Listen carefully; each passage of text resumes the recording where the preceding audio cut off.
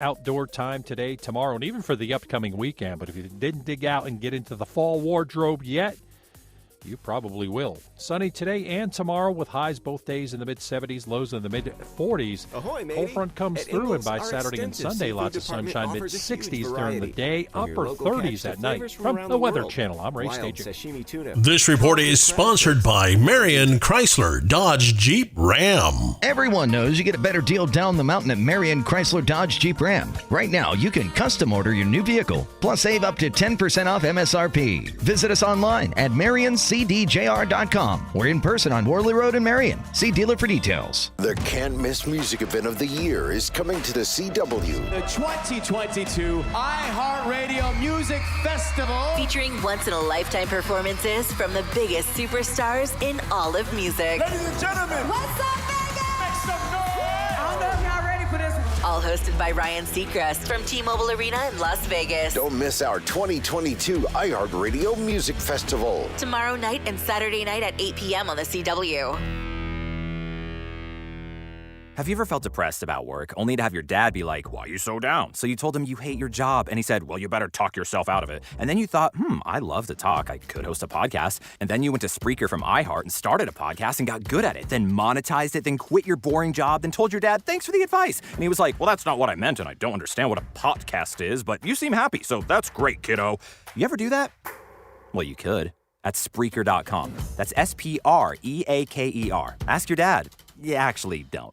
Here's another remarkable success story from QC Kinetics. This one from Chad, who hurt his knee at the gym one day, and it just kept on hurting for months. From my high school football and wrestling days, I already had a little bit of damage in there, but this just sent it over the edge. Chad tried traditional treatments with no improvement when he turned to the non-surgical regenerative treatments at QC Kinetics. It was really fascinating how they did their work, and the science behind it was very intriguing, and it works. Extracting the cure out of my own body blew my mind. It's like I'm brand new again. It was fantastic. That's because the QC Kinetics natural biologic treatments use your body's own healing power to restore damaged tissue in your hips, shoulders, back, and knees, providing long-lasting relief. Now I'm back at the gym. I'm 100% feeling great. If you're tired of suffering with pain from arthritis or injury, call QC Kinetics now for a free consultation. Call QC Kinetics, 828-333-9517. That's 828-333-9517. 828-333-9517. Hey, y'all, this is Joe Lasher. And I'm Caitlin Baker. We'd like to invite you to the next stop of the Ingles Hometown Concert Series in Cashers, North Carolina for the Cashers Valley Leaf Festival at the Village Green on October 7th. Commodore Fox will kick off the live music at 5:30 p.m., followed by Joe and I at 7 p.m. Bring a canned food or cash donation to get into the show, and all proceeds will benefit our neighbors in need. We'll see you October 7th in Cashers, North Carolina for the next stop of the Ingles Hometown Concert Series presented by Ingles Markets, Clorox, Pepsi, Johnson & Johnson, Aquafina, Blue Lizard Australian Sunscreen, and iHeartMedia Asheville. Crime is rising while our country is suffering from police and community discord. Now more than ever, law enforcement and the people they serve must come together to resolve and reconcile differences. Changes are needed, but police cannot do it alone. From Friday, October 7th through Monday, October 10th, National Faith and Blue Weekend will engage officers, residents, and faith-based and other community organizations to build positive relationships, reduce officer-involved tragedies, and decrease violence. Join the movement today by visiting faithandblue.org to learn more and sign up to host an event in your community. From the Ingles Studios, this is ESPN Asheville, WPEK, W225CJ Fairview, WMXF Waynesville, and iHeart radio station. Is SportsCenter. I'm Doug Brown. Week 5 in the NFL kicks off tonight with the Broncos hosting the Colts at Mile High. ESPN's Dan Graziano says the Broncos haven't been able to count on their running game while new quarterback Russell Wilson settles in. They can't really rely on that in the short term while they get everything put together. And I think when you trade for Russell Wilson and you sign him to a high-end quarterback contract, you expect you're getting someone who will elevate the group around him. Dan Graziano on Get Up. The New York Giants are planning to sign veteran linebacker Landon Collins to the practice squad. He played the last 3 years for the Commanders. ESPN's Pete Thamel reports Texas quarterback Quinn Ewers is expected to start against Oklahoma Saturday. Ewers has been out for almost a month with a shoulder injury. He got hurt against Alabama. Brazil is the top-ranked team leading into the World Cup.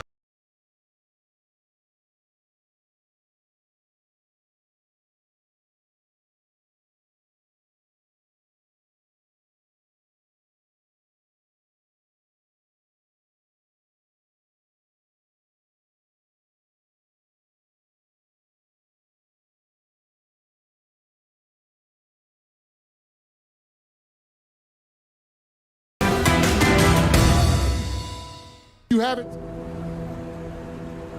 In the heart of Beer City, USA, two men, one journey to create a sports show unlike any other. Unfiltered, raw, and honest. One of them played a soccer goalie opposite Ben Stiller. The other once scored 6 points on Steph Curry. These guys know their shit. Let's go! Tank Spencer, Jeremy Green, the Sportsocracy. Presented by Ingles Supermarkets. Low prices, love the savings. And Fred Anderson Nissan of Asheville. And welcome in to the Sportsocracy here on ESPN Asheville, 92.9 FM, 880 AM, and 1400. The Sportsocracy heard everywhere on the iHeartRadio app, seen everywhere on YouTube. Just go to thesportsocracy.com, click on the live video link. Don't forget to subscribe to the channel so you can get into the chat with us each and every day, get those live alerts every time we go live. It was a, if you missed it yesterday, Mullet and the Dude, it's a pretty good show. Somebody had a sarcastic remark about we were the first ones to break that Mark Davis had a bad haircut. I never said I was the first. But until you fix it, I'm going to keep making jokes about it because it's funny. Absolutely. No reason not to. You get the live alerts every time the cameras go on here in the Ingles studio for Mullet and the Dude or the Mullet Man and the Canada or for the Fantasy Game Time Decisions show every Sunday morning. And we'll be early again this week because of the international game, 8:30 start time. It's going to be a long day. It's going to be a long day. But isn't it worth it? Oh, absolutely. Because it's football season. Oh, absolutely. That's right. Could be worse. I mean, we could do like a baseball show. No, thank you. I mean, I'm the anybody else baseball glad guy, that but Aaron I'm Judge not. finally hit that irrelevant home run? Am I the only one that watches that guy? First of all, don't wear a glove to a stadium. That's like wearing a jersey to work. Don't do that. Depends on where you're sitting. You never take a glove to a baseball stadium. All right, if you're going to catch a ball, you barehanded or you do nothing at all. Oh, wow. All right.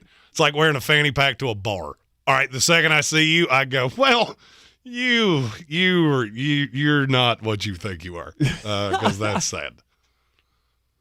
But if you're sitting in those close outfield seats, I mean, sometimes you don't wear gloves. You can have a nice little game of catch with the guys before the game starts. Nope. Yeah. Nope. There's an excuse. I mean, with the way that attendance is going in baseball, they might let you play right field if you show up with a glove.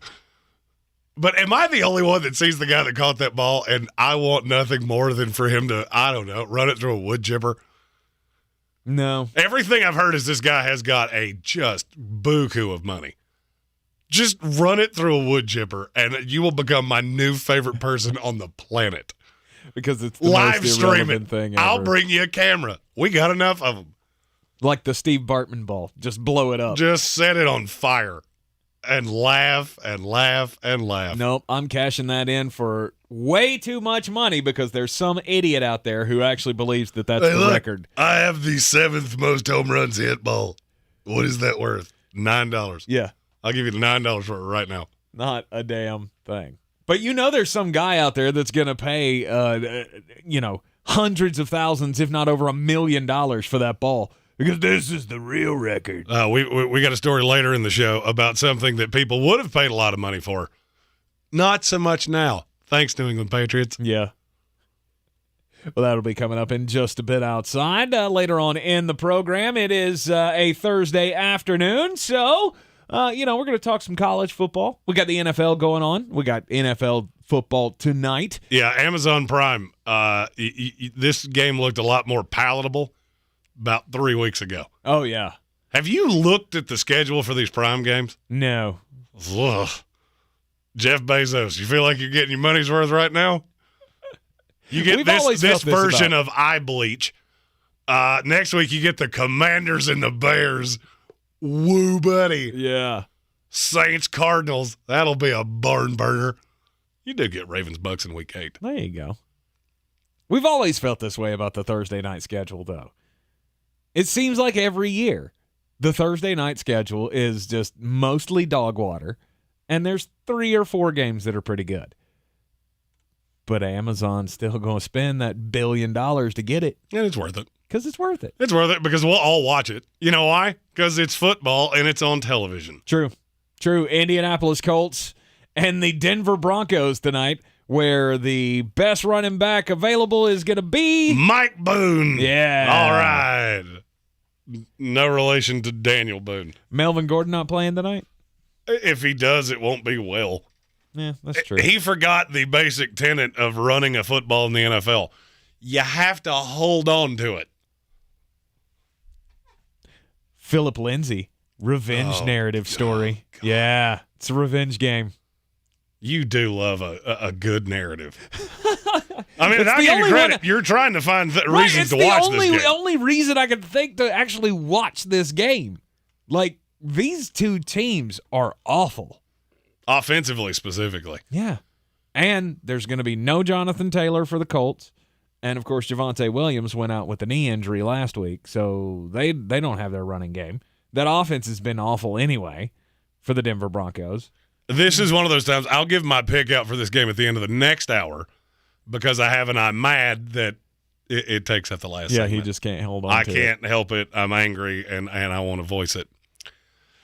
I feel like this line is daring me to do that thing that I always do, which is follow the public narrative and do the exact opposite. Mm-hmm.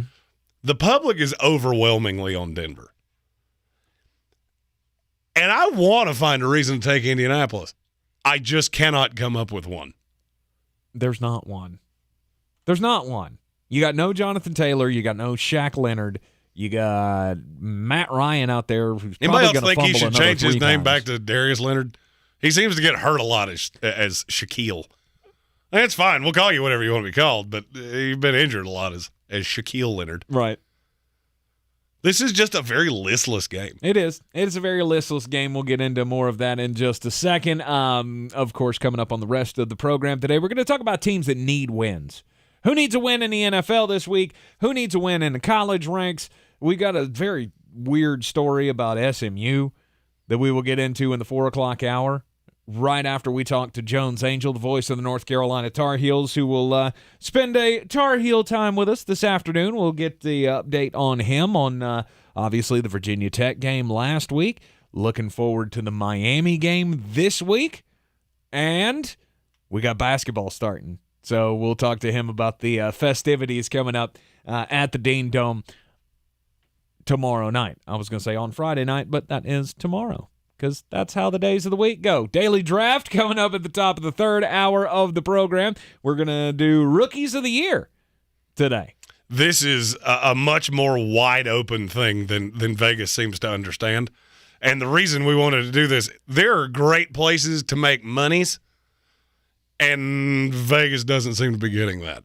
I think the futures guy took a little vacation, because there are numbers that are insane to me. Mm-hmm. So that's coming up at the top of the 3rd hour of the program right here in the Sportsocracy on ESPN Asheville. Colts and the Broncos. So what's the most interesting part of tonight's game? That somebody actually has to score before this will end. Somebody has to be in an end zone before this game ends. Not necessarily. Yeah, necessarily. We could have the over-under is 42. Tie. The over-under is 42, and I feel like it's just daring me to go on the other side. On the under? Oh, I mean, I'm taking the under is the public narrative. Yeah. The under in the Broncos minus the 3. Yeah. And you know how these Thursday night games go. If you follow the public, you'll be broke with them. Yeah, but Thursday night games are usually low scoring. Usually. And except when they're not. And if you look at the history of times that this game has hit the over, it's been the times that you never thought it would. Two bad, listless teams, somehow they forget to play defense and find an offense midweek. To be able to find an offense, though, you got to have offensive players. Now, we know that Denver does. We know Denver's got Russ, and he's got Jerry Jeudy and Cortland Sutton and, KJ Hamler. He's still out there doing stuff, I guess. But then Indianapolis, you got listless Matt Ryan, who cannot hang on to the football. He looks 70. 9 times in the first few games of the season. It's very Carson Wentzy. Yeah.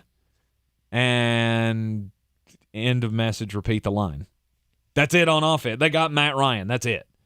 Michael Pittman. You got Michael Pittman. Who unfortunately gets Patrick Surtain, which is probably not going to be a lot of fun. Exactly. And that's just the way I look at this entire game. Even when there are rays of sunshine, there's a poo in it. I like the weapons in Denver. The offense is completely listless. Mm-hmm. But in the narrative of what we're talking about today, who needs a win? Who needs this game more? Both of them. Can I take both of them? No, that's not an actual acceptable answer. And I have a definitive. It's the Indianapolis Colts for me. And I agree. I think Frank Reich is getting more and more and more at risk. Mm-hmm. You have to remember, Jim Irsay is not a normal owner in the NFL. If you don't know what I'm talking about, Google it. He has a lot of I heard this put the funniest way I think I've ever heard it the other day, and I can't remember what it was. He has he's a fan of the frosted donut. Let's put it that way. Fan of the frosted donut. Yep. If you don't know what I'm talking about, Google it. He's a bit of a crazy person. Okay. And he doesn't like to lose. This is a very gettable division. My argument here is Denver, I don't care if you win this game or not. You can be 3-2 with 3 wins over bad teams. It's not going to change anything for me. Indianapolis can still win their division. Yes. Broncos have no shot. I've already written off the Broncos, and they're a game ahead of Indianapolis. And that just goes to your circumstance. Mm-hmm. But now if Indianapolis were to come out of this game with a win, you're 2-1, and you're looking around in your division going, who am I legitimately scared of? Who am I actually worried about? Yeah, Jacksonville's good. Jacksonville's young. Mm-hmm. They're very talented, and would you be shocked if they piddled in their pants and went 7-9? No. Or 7-10? No. 8-9. Somewhere in that realm. Tennessee Titans, you should be scared of them. But why? Why should you be scared of them? Because they're a well-coached team that can run the football. So you're scared of them just because you're scared of them. Okay. Yeah. Very COVID-y. Sorry.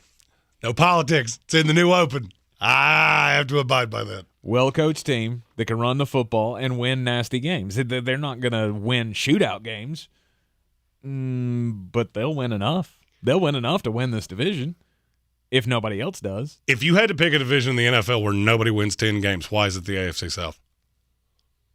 There's not another one. There's not another one in the entire league. True. So to me, the Colts look at this with they're the most gettable. Mm-hmm.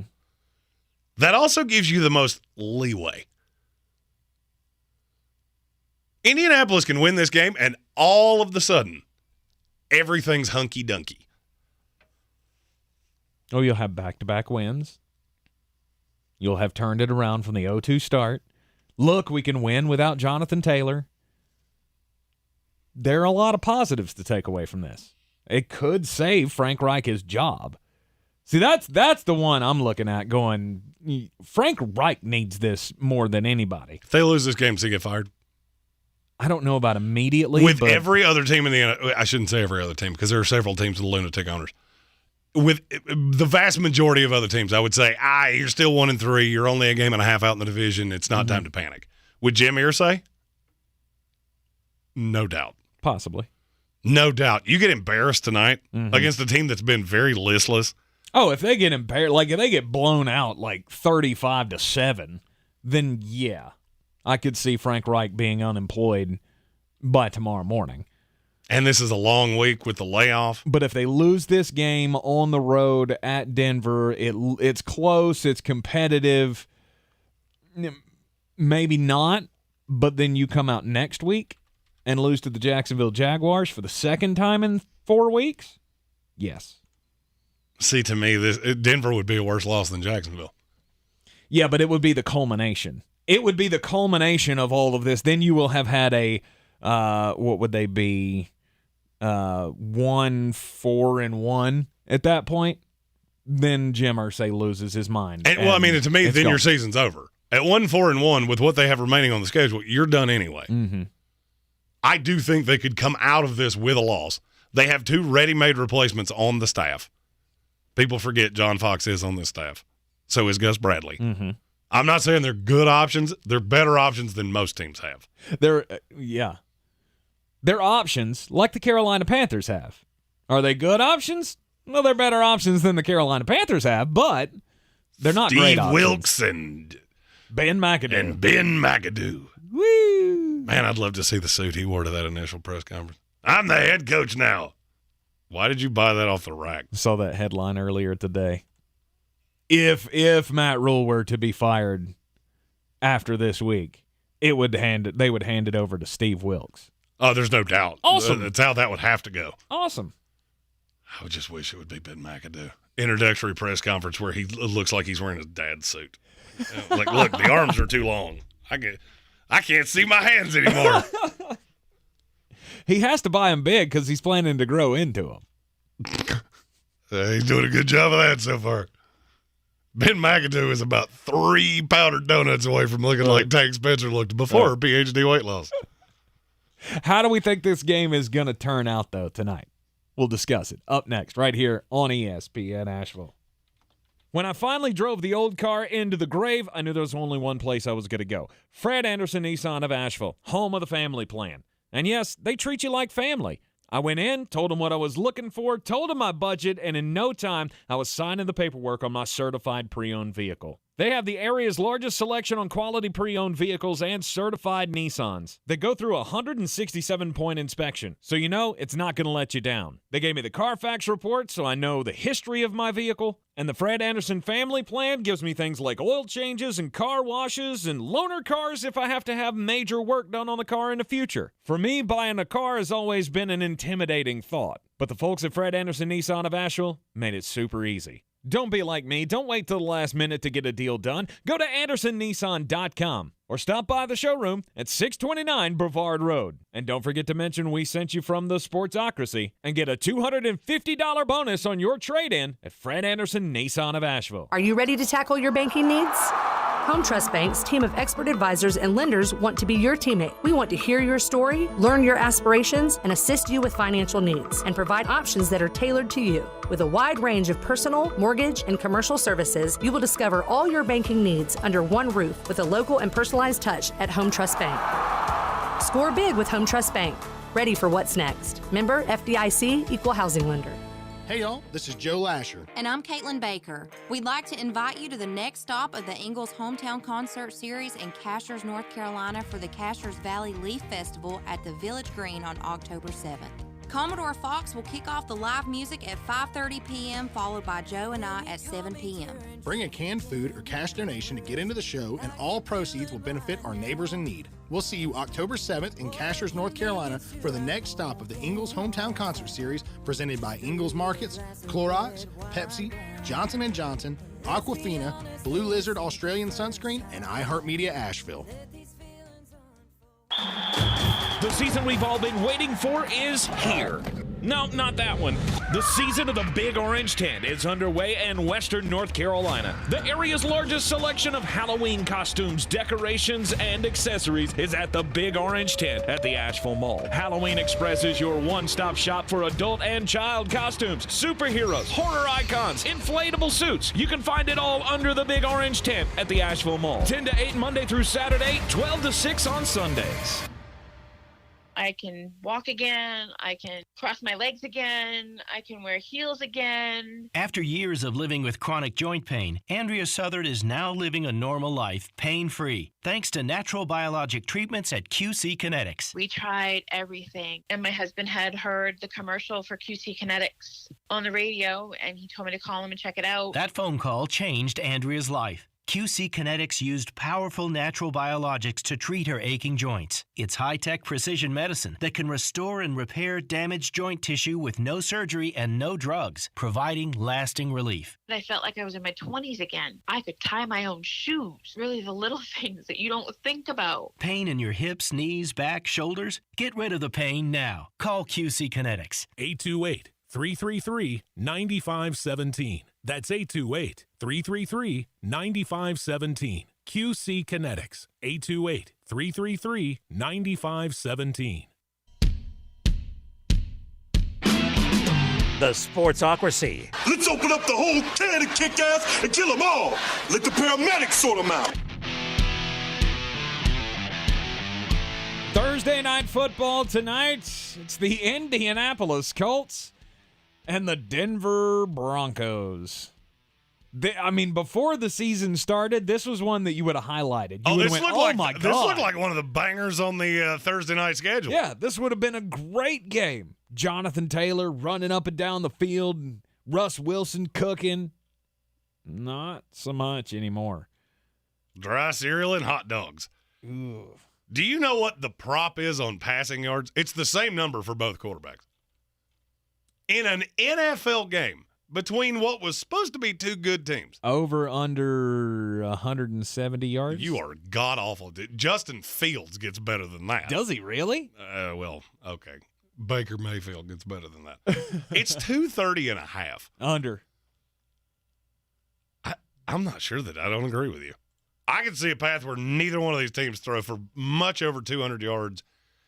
I do think Mike Boone is a fun play because nobody seems to realize how little Nathaniel Hackett actually trusts Melvin Gordon.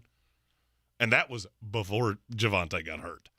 After, it became even more obvious. Mike Boone, anytime touchdown scorer, like 1,700 tonight. There you go. Yeah, maybe 1,700. Maybe might be one that I have a few places. You probably should.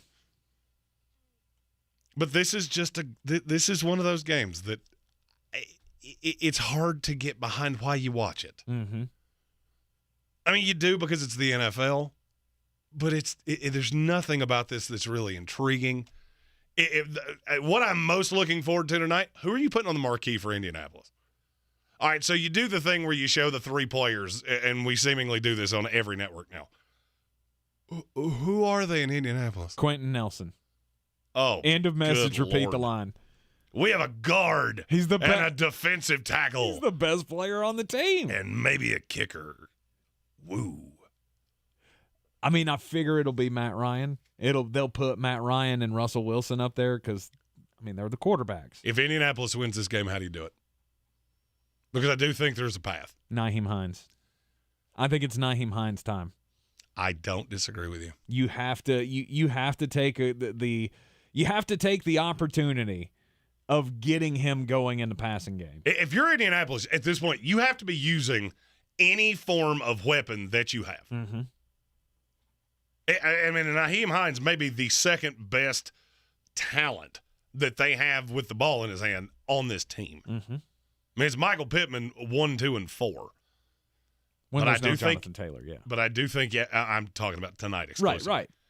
But I do think you have to get it to Nyheim Hines. Hope Phillip Lindsay can give you something and grind it out. If you tell me either team in this game, I heard it was opined that it's first one to 21 wins. That is a weird way to say 14, but okay. Mm-hmm.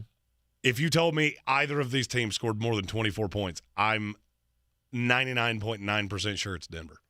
Agreed. I just don't see Indianapolis being able to prolifically move the ball down the field. I mean, I get that the Denver defense, they may not be one of the best in the league, but they're still pretty good. They'll be able to limit the opportunities that Indianapolis has to move the ball. Randy Gregory going on IR didn't really help anything. Jonathan Welch in our YouTube comments said, Jelani Woods time. Yeah, but for some reason they can't figure out that they have to throw it to him more than twice a game. He's the only matchup nightmare they have on the entire team. Say, well, when you're scoring touchdowns every time you touch the ball, then, you don't have to get it His a lot. snap count is still low.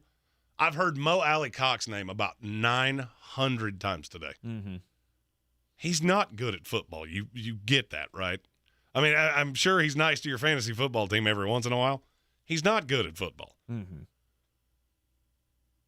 And I look at what Indianapolis is missing. Both of these teams are killed.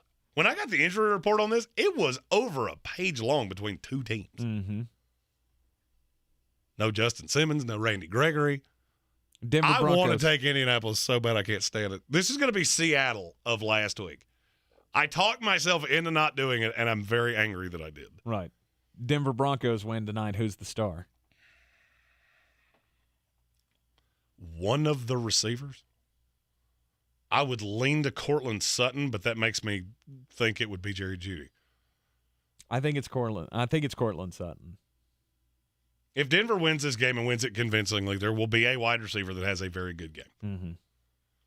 If you look at over the course of the year, Jerry Jeudy hasn't been particularly good. Cortland Sutton has.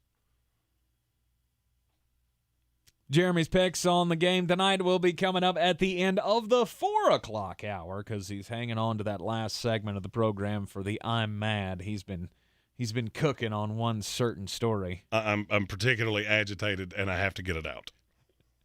And that'll be coming up here in the Sportsocracy here on ESPN Asheville. But let's get just a bit outside. Boy, you must be outside your mind. The Sportsocracy. Just a bit outside. He tried the corner and missed. A New England Patriots fan is suing his team and says that they cost him a great amount of money. Now, this is not like, hey, I bet on you guys and you blew the game, and so I'm suing you because I lost all this money and you should have played better. I have seen those stories in the past, and those don't typically tend to go well. This fan might have a case, though, because he had an artifact, an NFL artifact, that was worth a lot of money. And apparently the New England Patriots were the ones that screwed it up and made it lose all of its value. So this guy had a flag from the 2001 season, American flag, that hung at Foxborough Stadium back in 2001 when the Miami Dolphins visited the Patriots. That was the season where Brady took over as the starter in New England. And a few years later, the guy had the flag, met Tom, and had Tom sign the flag. So this is the American flag that hung in your stadium, 2001, very special year for the American flag, right? After September 11th and all of that. And it was signed by, of course, the greatest of all time. Well, he reached out first to the Pro Football Hall of Fame to say, do y'all have interest in putting the flag on display? And they said that they would, but they wanted to wait to put it on display until after Brady and Belichick had both retired. I guess they just don't want to highlight guys who are still in the league active right now. Well, they didn't want it. So then he reached out to the Patriots to see if they had interest. And they said, yeah, sure, we'll put it on display.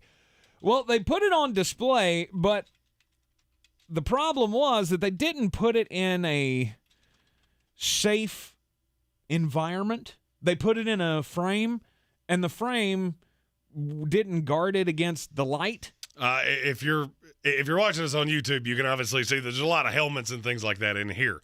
There are protective cases that will keep the light. The light in here is not a problem. Mm-hmm. But if you have really harsh light in a room, it will erode the signature over time. Mm-hmm. So you have to protect those things. There was a significant gap in the glass, which allowed unfiltered light and heat into the case, and it faded the signature of Tom Brady. So now, instead of looking like Tom Brady signed it, which, I mean, it was scribbled in the first place, but you could tell it was Tom Brady's signature.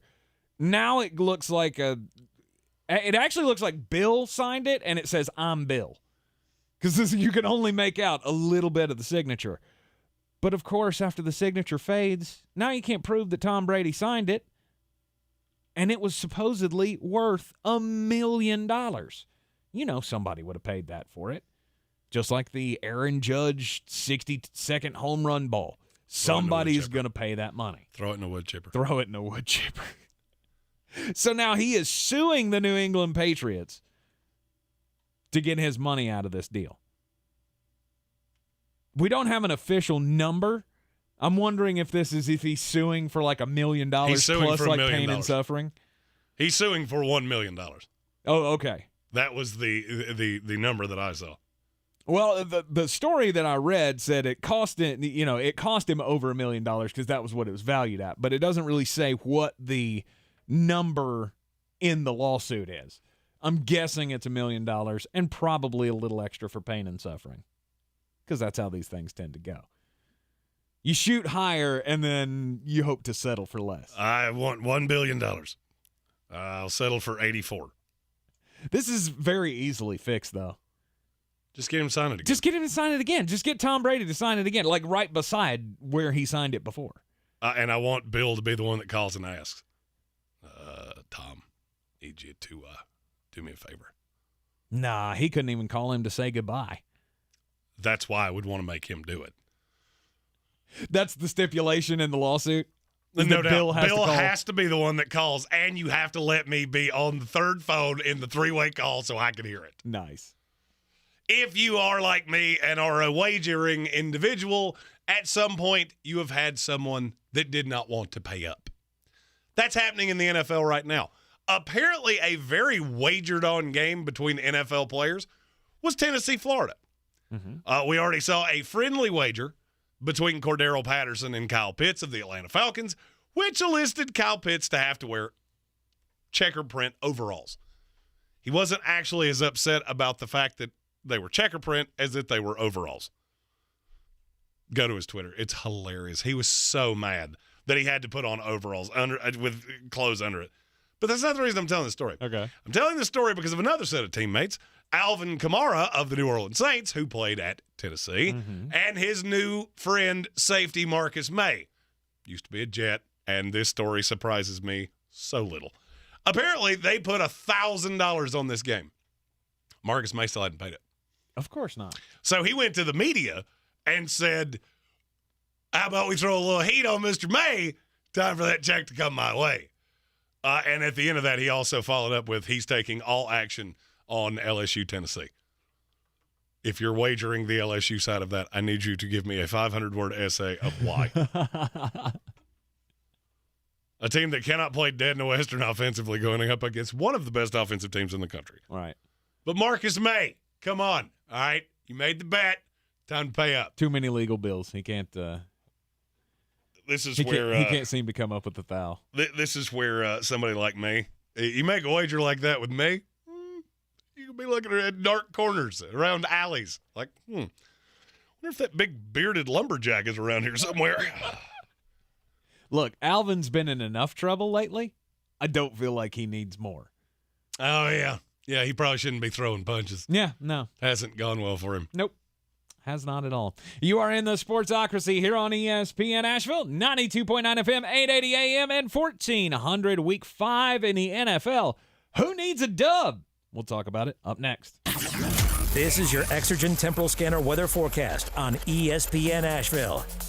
Cool nights, pleasant afternoons, and getting cooler for the weekend. It's going to be a true fall weekend here in Asheville coming up with highs Saturday and Sunday in the 60s. And in the valley, we'll see some 30s for low temps here coming up this weekend. We're down to 45 tonight, mostly sunny Friday, high 75.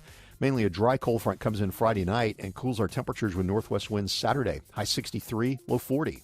I'm meteorologist Scott Lauriamore. That's the latest Weather Channel forecast. This report is sponsored by Pfizer and BioNTech. Charging a cell phone can be like getting a booster shot. A booster is given to enhance or restore protection after a primary series vaccination, which wanes over time. Schedule an appointment when you are eligible. Sponsored by Pfizer and BioNTech. You wash your hands and brush your teeth, but what about your nose? How do you clean your nose? With Navage. Navage pulls saline in one nostril, around the back of the nose, and out the other nostril, flushing out allergens, mucus, dirt, and germs, and it's why nose cleaning is the next evolution in daily personal hygiene. People try Navage for lots of reasons: sinusitis, allergies, snoring, things that make it hard to breathe through your nose. But over time, they also find that cleaning their nose makes them feel better, a lot better. Nearly 3 million Navage users have written more than 100,000 reviews, averaging 4.7 stars, saying things like, "Best product I've ever used," and "Amazing, I love my Navage." That's because Navage helps you breathe better, sleep deeper, and snore less. But the biggest payoff is improved health. Here's the key point.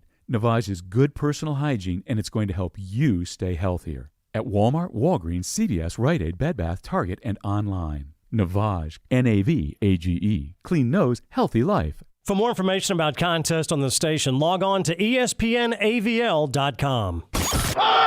This week on the Buncombe County Game of the Week, T.C. Robertson pays a visit to Asheville with crucial playoff seeding on the line. You'll want to catch Sports Tank Friday at 6 and the Bojangles Countdown to Kickoff at 6:30. On AM 1400 and TuscolaRadio.com, the 6-0 Mountaineers continue their run for perfection against East Henderson. Don't miss the Mountaineer pregame show at 7 and kickoff at 7:30. Western North Carolina's best high school football coverage is on 570 WWNC and ESPN Asheville. Since man created roads, they've been looking for ways to get off-road and vehicles to take them there. That's where Outlaw Off-Road comes in. A premier off-road center for Jeeps, trucks, and SUVs with a complete lineup of off-road and overland services, including maintenance and repair to make your vehicle all that it can be. Check out their location right here in Western North Carolina at 85 Avery Creek Road. Call them today at 828-974-8480 or visit them on the web at theoutlawoffroad.com. At Ingles, whether we're celebrating Friday night rivals, televising college basketball games, bringing the Fan Fest to semi-pro soccer, or taking you out to the ball game at your minor league park, it's all in the bag. Ingles, low prices, love the savings. I believe real estate isn't about properties. It's about people. I am Clarissa Marshall with eXp Realty, serving all of Western North Carolina. Navigating the home buying and selling journey can feel overwhelming at times, and that's why having an agent who cares about you and your needs is key. I'm a native of Western North Carolina, and I close over a home a week. I'm an expert in the market, pricing my sellers correctly to net you the most money, and working as a skilled negotiator for my buyers. Please give me a call today at 828-774-6343 to set up a complimentary market analysis. The Sportsocracy. Why are you smiling? Because I love football. Welcome back into the Ingles Studio on ESPN Asheville. We are the Sportsocracy, seen everywhere on YouTube at thesportsocracy.com. Who needs a dub worst in the NFL? Week 5, you obviously have several teams that haven't started off the year as they would hoped to have. Colts and the Broncos tonight. I mean, I would say both these teams need the win. And sadly enough, I don't think that's the game where you have two teams playing each other where I will feel so drastically different about the loser. Okay. It's the Chargers and the Browns. I will genuinely say, whoever loses that game, your season is over. Your season is over 5 weeks into the season. Really? Look at what they have coming up. The Chargers in the next 6 weeks have to play at the 49ers, the Chiefs, at the Raiders, the Dolphins. Yeah, they get a 3-week stretch with the Broncos, Seahawks, and Falcons. Mm-hmm. That Seahawks game is not as pretty as it looks. But the Chargers are in a division where everybody is tough. Even Denver, that's completely listless, is not a fun team to play against. Right. It's not like they're getting blown out. And conversely, you look at the Browns, you have to survive until Deshaun Watson comes back. Mm-hmm. And it could go off the rails in a hurry. This is a home game. Theirs is even worse because, they get New England next week in Cleveland. Mm-hmm. After that, it's at the Ravens, Bengals, at the Dolphins, at the Bills, Bucks. That is the rest of their schedule until Deshaun Watson comes back. which is awful. You lose this game, you could be 3-8 with Deshaun Watson coming back, and there's nothing left to play for. Mm-hmm. All right, he comes back. It's not like you're going to go undefeated. It'll take a minute for him to reacclimate. And even then, best you can do is go 9-8. Yeah. Which in the AFC might be good enough for the last wild card. It could be. But then you have absolutely no room for error. And it's And it's not completely out of the realm of possibility that they could run the table going down. I mean, you got to get up for Cincinnati and Baltimore, but the rest of the games on that schedule should be wins. Because he comes back for the Texans, and he got the Saints, Commanders, and the Steelers, other than the Cincinnati-Baltimore game. So you could possibly do it, but it's going to be hard. As we all know, winning streaks are hard in the NFL. I had the Chargers circled as well, as they are a team that needs a win. I hadn't thought about the Cleveland side of that as much, but you're right. Cleveland needed to come out of the first, I think it was the first 6 games of the season. They needed to come out of this no worse than 3-3. Mm-hmm. Really needed to be 4-2 to pretty much know Deshaun Watson was coming back to something. Right. Other than that, it gets hard, especially when you're a run first team, because you know the best player on this team is Nick Chubb. How hard are you going to grind him into the ground week after week when the losses start piling up? Mm-hmm. I think I'm on the other LA team. The LA Rams against the Dallas Cowboys. Now, I know offhand it sounds stupid. Like, of course the Rams are going to beat the Cowboys. But are you so sure? Are you so sure about that? Oh, yeah. Oh, I'm so sure of that, yes. Okay. Yes, that I'm offensive so sure line has not been able to protect Matt Stafford. Yeah, and I don't care. And Micah Parsons and Dexter Lawrence are going to be able to get after the quarterback and make Matt make mistakes. And who knows? They may end up dropping this one. And if they do, to me, you might as well just give it up, because San Francisco's going to win this division. Yeah, but you still make the playoffs. I can't honestly say any team in the NFC. Detroit Lions, maybe solely because you are better than 1-3. Mm-hmm. But I mean, the 7th team in the NFC right now, who do you feel wonderful about? The Rams are going to make the playoffs regardless, even if they lose this game, which to me would require a level of sorcery that I can't actually wrap my head around. Mm-hmm. Oh, God, if the Cowboys somehow manage to win this, I don't want to come to work on Monday. Right. Because I'll just be inundated with, how about them Cowboys? Yeah. You're too low on them Cowboys. 4-1. We're on our way. Yeah, no, I'm not. No, I'm not. The Rams poo in their pants against the Dallas Cowboys. And, rest of the season could be. I mean, you're gonna be forever chasing that one game. But even then, I look at their schedule and go, all right, you still got a game with the Panthers, the Cardinals, the Saints, Seahawks, the Raiders, who I think you're better than. Even if you lose this, I'm not going to jump off the ledge. Plus, I feel like Odell Beckham Jr. is coming back at some point. I know he started his little tour around America, and Von Miller thinks he's coming to Buffalo. My first question is why? Why on earth would you go to Buffalo? To win a Super Bowl. And be what, the 4th receiver? No, he'd be there 3. So you have 3 guys that none of them play well out of the slot. That's a great idea. Not coming to Buffalo. To me, it's 2-horse race. See the Green Bay or the Rams. Okay. And I have no problem either way. I just feel like he's more needed. Can't believe I'm saying this. He's more needed with the Rams than he is with the Packers. Okay. I feel better about Romeo Doubs right now than I do about Allen Robinson. Another one of those lines that I never thought I would say this year, but here we are. Season has not started out well. New Orleans Saints against the Seattle Seahawks. That's a game you can't lose. And this is going to be a semantic difference. I'm not so sure that's you need the win as much as you absolutely cannot take this loss. And I know that those two things technically mean the same thing, but they don't. They don't. You lose to the Seattle Seahawks. You lose to the Seattle Seahawks, your season's over. Yeah. And you don't have a first-round pick. That's what I'm saying. Goes to Philadelphia. That's what I'm saying. And then there's nothing you can do. And look, I like New Orleans. I don't like to overreact. I'm not so sure how you're supposed to fix this. And all right, so you beat Seattle. Next 3 weeks, you go Bengals, Cardinals, Raiders, Ravens. I even left one out.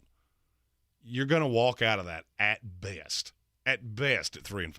Mm-hmm. I'm not so sure I care. I mean, yeah, for the draft pick, I don't want to give up a pick in the top 5. You're going to give up a pick in the top 15 regardless. I mean, it's not like it's lottery protected like we're in the NBA. Yeah, but does it not go both ways, as you just said with the LA Rams? I mean, you got to win every game you can. You can still make the playoffs. There's no shot to make the playoffs. I mean, I hate to admit that I was wrong this early. There's no shot to make the playoffs. You play too many good offenses that can score on your defense, and you can't keep up with them. Mm-hmm. Now, I think they're going to be better with Alvin Kamara. At some point, you have to figure out how to use him. But I mean, that's not a playoff team. I don't think anybody's watched the Saints and gone, "Oh yeah, we're making the playoffs." I have no fear. Dennis Allen will figure this out. I mean, trust me, I want it to be the case, but I just don't have it. You got to keep hope alive, and the only way to do that is to win this week. Because you lose to the Seattle Seahawks and just be done.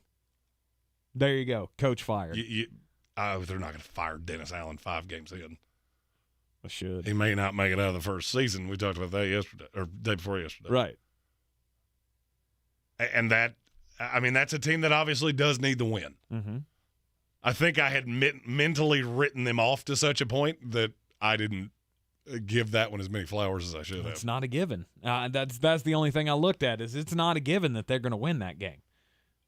I mean, for whatever hoodoo magic is going on with Seattle, Geno Smith looks good. 6th highest rated quarterback in the NFL. I know. There are actually people that are saying in the quarter polls are what we do as analysts in this league. There are people that are saying Geno Smith should get MVP votes 4 weeks into the season. Stop that. First of all, I've never wanted anything more. All those years that we said Russell Wilson's never even gotten a vote for MVP, and then Geno Smith does. Please, I don't ask for much. Right. That would be hilarious. And then there was one more that I had circled in red pen. Okay. Bengals and the Ravens. Think about how differently you're going to think of the winner of that game. And they have mirror image schedules. Mm-hmm. You got some very easy, winnable games, and then there's just mercilessly daunting stretches. Whoever comes out of that 3-2 is the most likely team in that division to make the playoffs. I would agree with that. And if I was a Cleveland Brown, I would be praying it was the Ravens. I want the Ravens to win this game because I'm not sure how you fix their problems. Mm-hmm. The Bengals are currently winning games. They've beaten two good teams in a row. One very good team, one that's improving. And the line play has not actually gotten all that much better. If they figure out that line, they're going to be terrifying. Baltimore, I mean, it's not like Marlon Humphrey's not out there. It's not like Marcus Peters is not out there. Right. It's not like Marcus Williams is not out there. Mm-hmm. I think Baltimore's problems are more unfixable than Cincinnati's are. I still think both are good teams. It's just you're going to have to win one very specific way in Baltimore. Mm-hmm. So who needs it more? In Cincinnati, Baltimore? Yeah. Baltimore. You fall to 2-3, and there were as many people like you that were on them to win the Super Bowl, it's going to get loud. Especially if you lose in some way that you can be second-guessed. If John Harbaugh loses this game, and please don't let it go this way, that he could have kicked a field goal, Cincinnati goes down and beats them, it's going to get loud. And the fact that that's a national television game makes it even worse. So I will say it's Baltimore, but I do think it will get loud no matter who loses. You are in the Sportsocracy here on ESPN Asheville, 92.9 FM, 880 AM, and 1400. We'll do the same thing with college teams coming up in the next hour of the program. And there's some of those that you better get a win. Jimbo! Gotta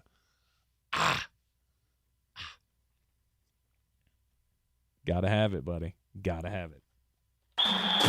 The season we've all been waiting for is here. No, not that one. The season of the Big Orange Tent is underway in Western North Carolina. The area's largest selection of Halloween costumes, decorations, and accessories is at the Big Orange Tent at the Asheville Mall. Halloween Express is your one-stop shop for adult and child costumes, superheroes, horror icons, inflatable suits. You can find it all under the Big Orange Tent at the Asheville Mall. 10 to 8 Monday through Saturday, 12 to 6 on Sundays. Are you ready to tackle your banking needs?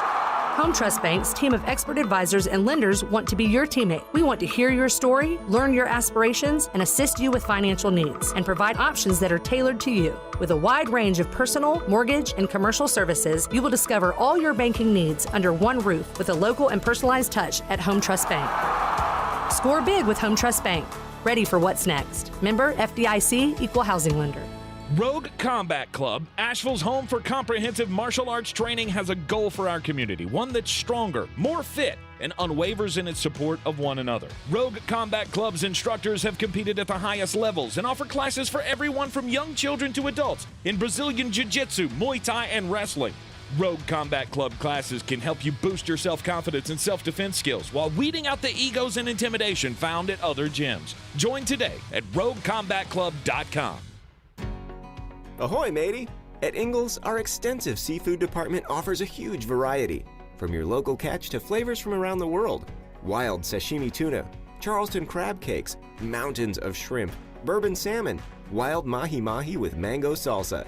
It's enough to make any salty sea captain ready to set a course for the bounteous treasure of the Ingles Seafood Department. It's all in the bag. Ingles. Low prices, love the savings. Like bones, your teeth lose density and become weaker over time, which can lead to tooth decay. And that can make your visit to the dentist feel like this. But if you want your dental visit to feel like this, try Crest Densify. Crest Densify actively rebuilds tooth density to extend the life of teeth by remineralizing enamel. Densify from Crest, the #1 toothpaste brand in America. Smile, Crest has you covered. You don't ride an elevator for the music, and you don't pick an airline for the movies. So when it comes to audio entertainment, it makes sense to choose Audible. It's the home for stories told by the biggest stars, like John Hamm, Kerry Washington, and Kevin Hart. It's home to epic adventures, chilling mysteries, and can't-miss comedies. Audible is the home of storytelling. Let your imagination soar with audiobooks, podcasts, and originals. Start a free trial at audible.com. Driving happy with Febreze car. You're driving home when, oh no, you hit the longest red light in town. What's this? You're smiling because your car smells amazing. You just installed a Febreze car vent clip. Ha ha! 5 weeks ago. With up to 40 days of consistent Febreze scent, those lights can stay red for as long as they'd like. Breathe happy, Febreze, la la la la la.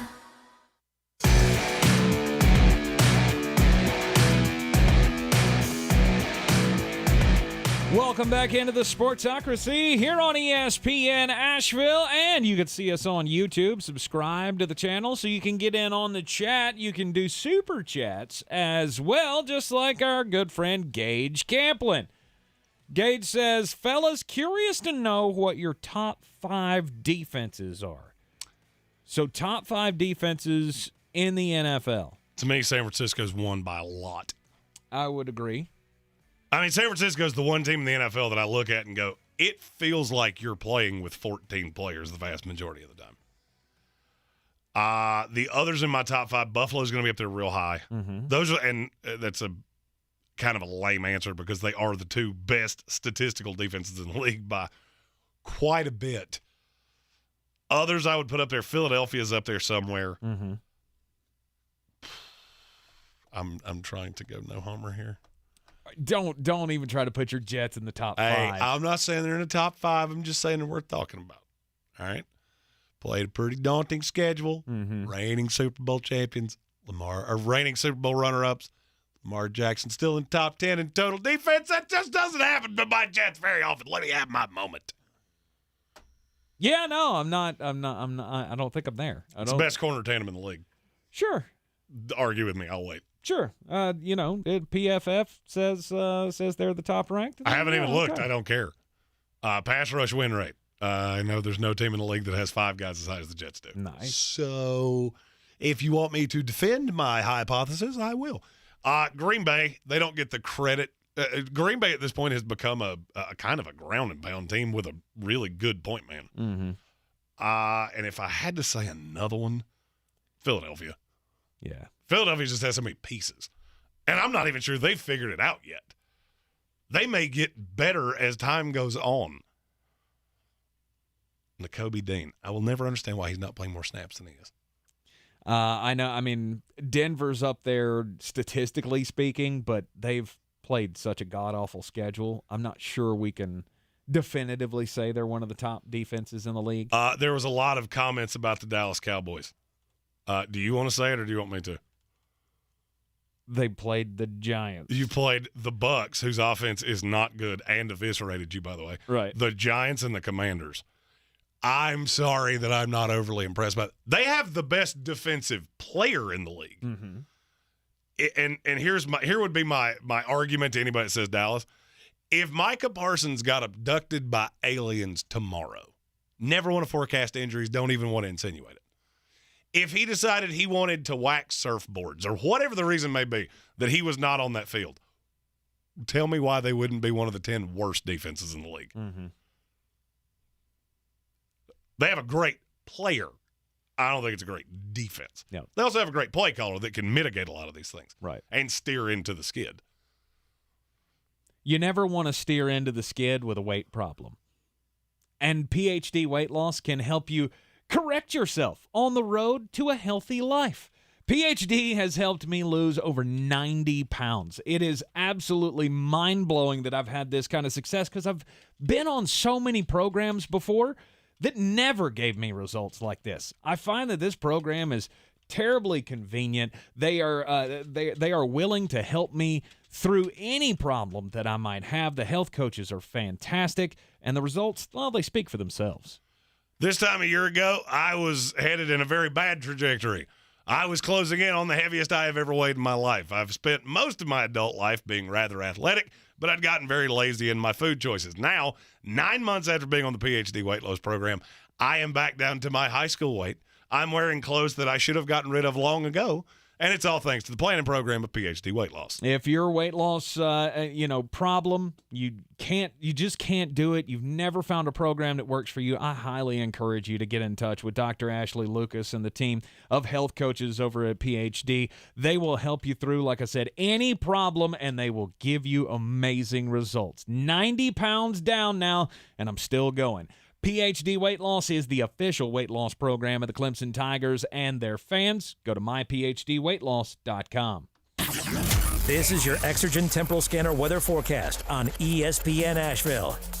Cool nights, pleasant afternoons, and getting cooler for the weekend. It's going to be a true fall weekend here in Asheville coming up with highs Saturday and Sunday in the 60s. And in the valley, we'll see some 30s for low temps here coming up this weekend. We're down to 45 tonight, mostly sunny Friday, high 75. Mainly a dry cold front comes in Friday night and cools our temperatures with northwest winds Saturday. High 63, low 40. I'm meteorologist Scott Larimore. That's the latest Weather Channel forecast. This report is sponsored by Indeed.com. As the leaves change, leave the hiring to Indeed. Their all-in-one hiring platform helps you attract, interview, and hire candidates all from one place. And Indeed's interview tool lets you schedule and conduct virtual interviews right from their website. Visit Indeed.com/credit. Hey folks, DG here asking you to give yourself the gift of Asheville Smiles here in 2022. Studies have linked untreated gum disease to heart disease, erectile dysfunction, systemic diseases, premature birth, joint issues, and much more. Everything is connected. And seeing a dentist every 6 months is important for your overall health. For top-notch dental care from Dr. Rebecca Merrill here in Asheville, call 828-251-2426 or AshevilleSmiles.com. Your burrito prayers have been answered. Taco Bell's Double Steak Grilled Cheese Burrito is back with that juicy steak smothered in nacho cheese with a 3-cheese blend that's grilled on top. At participating U.S. Taco Bell stores for a limited time only. Hours and participation vary. Double the steak claim as compared to the steak quesadilla. Over 50,000 police officers are assaulted each year. Help police by not escalating. Address any complaints after the encounter. Comply now, complain later. Keep everybody safe. This message brought to you by the National Police Association. Learn more at nationalpolice.org. From the Ingles Studios, this is ESPN Asheville, WPEK, W225CJ Fairview, WMXF Waynesville, and iHeart radio station. I'm Doug Brown. Tonight in Denver, the 1-2-1 Colts against the 2-2 Broncos. The Colts are the lowest scoring team in the league at just 14 points a game, but the Broncos are only slightly better through the first 4 games. Sunday, a pair of 3-1 teams meet in London, the Packers and the Giants. ESPN's Mike Tannenbaum says the Packers' record is good, but quarterback Aaron Rodgers has not been able to spark the offense yet. If the object of the exercise is to win a championship, and presumably that's what it is since he came back, Tom Brady's out there looking for Parks in Tampa Bay to just get a little bit better, and that's where I think it falls short between what he's saying he wants to do and his actions, and that's why they're struggling. They are 3-1, but look who they've played. Mike Tannenbaum on Get Up. ESPN Radio's Ian Fitzsimmons reports Texas A&M quarterback Max Johnson could miss the rest of the season with a broken bone in his left hand, his throwing hand. Johnson got hurt last week against Mississippi State. The Aggies play number 1 Alabama on Saturday. Keyshawn, J. Will, and Max. I just don't want Mitchell Trubisky on our team. I don't know what it is. This is personal for me. It's fine. I'm allowed to have feelings and emotions. It's Friday with Key, J, and Max. It all starts at 6 Eastern on ESPN Radio and on ESPN2. He's a degenerate gambler. You are a smelly pirate hooker. And he's cheaper than oxygen. He's useless. But somehow, they make it work. Jeremy Green, Tank Spencer. There's no holding back in the Sportsocracy. Presented by Ingles Supermarkets and Fred Anderson Nissan of Asheville. And welcome back into the Sportsocracy here on ESPN Asheville. 92.9 FM, 880 AM and 1400. The Sportsocracy heard everywhere on the iHeart Radio app. And we are seen everywhere on YouTube. All you got to do is go to thesportsocracy.com, click on that live video link. Don't forget to subscribe to the channel as well, so you can get all those live alerts when we are here in the Ingles studio. And you'll never miss an episode of Tar Heel Time with Jones Angell, the voice of the North Carolina Tar Heels, joining us as he does every Thursday afternoon. And Tar Heel football back in full effect after that beat down of the Virginia Tech Hokies last week, Jones. Yeah, Tank, I thought it was a really impressive performance from Carolina. I thought it was probably the Tar Heels' most complete game of the season. We certainly seen that offense be good, not every second of every game, but pretty consistently here through the first 5 games of the season. So that wasn't necessarily a surprise, although they did it against what has statistically been a very good defensive team in Virginia Tech. But really, the big step forward, of course, was on the defensive side. And for the Tar Heels to hold anybody, and Virginia Tech is not the most explosive offense the Heels are going to see this year, but for them to hold a team to 273 yards and 10 points and 99 yards rushing, and Carolina had a turnover that it turned into points a play or two afterwards, that was all really, from the Carolina perspective, great to see. And now I think the question is, can they carry over some of that defensive momentum? I do think confidence is a big part of playing defense. And so can they get a little bit of confidence from that really quality performance and see if they can carry it over to a better offensive team that they'll see this weekend in Miami. But all in all, a terrific win for Carolina. Great way to start conference play, and they jump back into it this weekend against the Canes.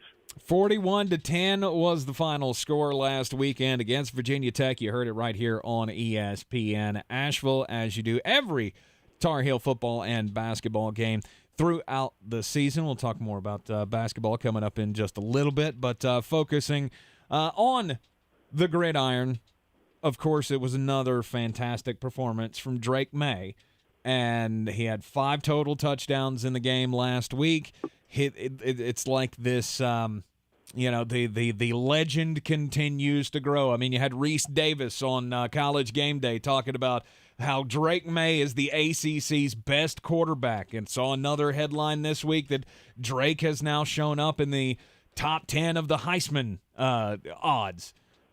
It's taken on a life of its own.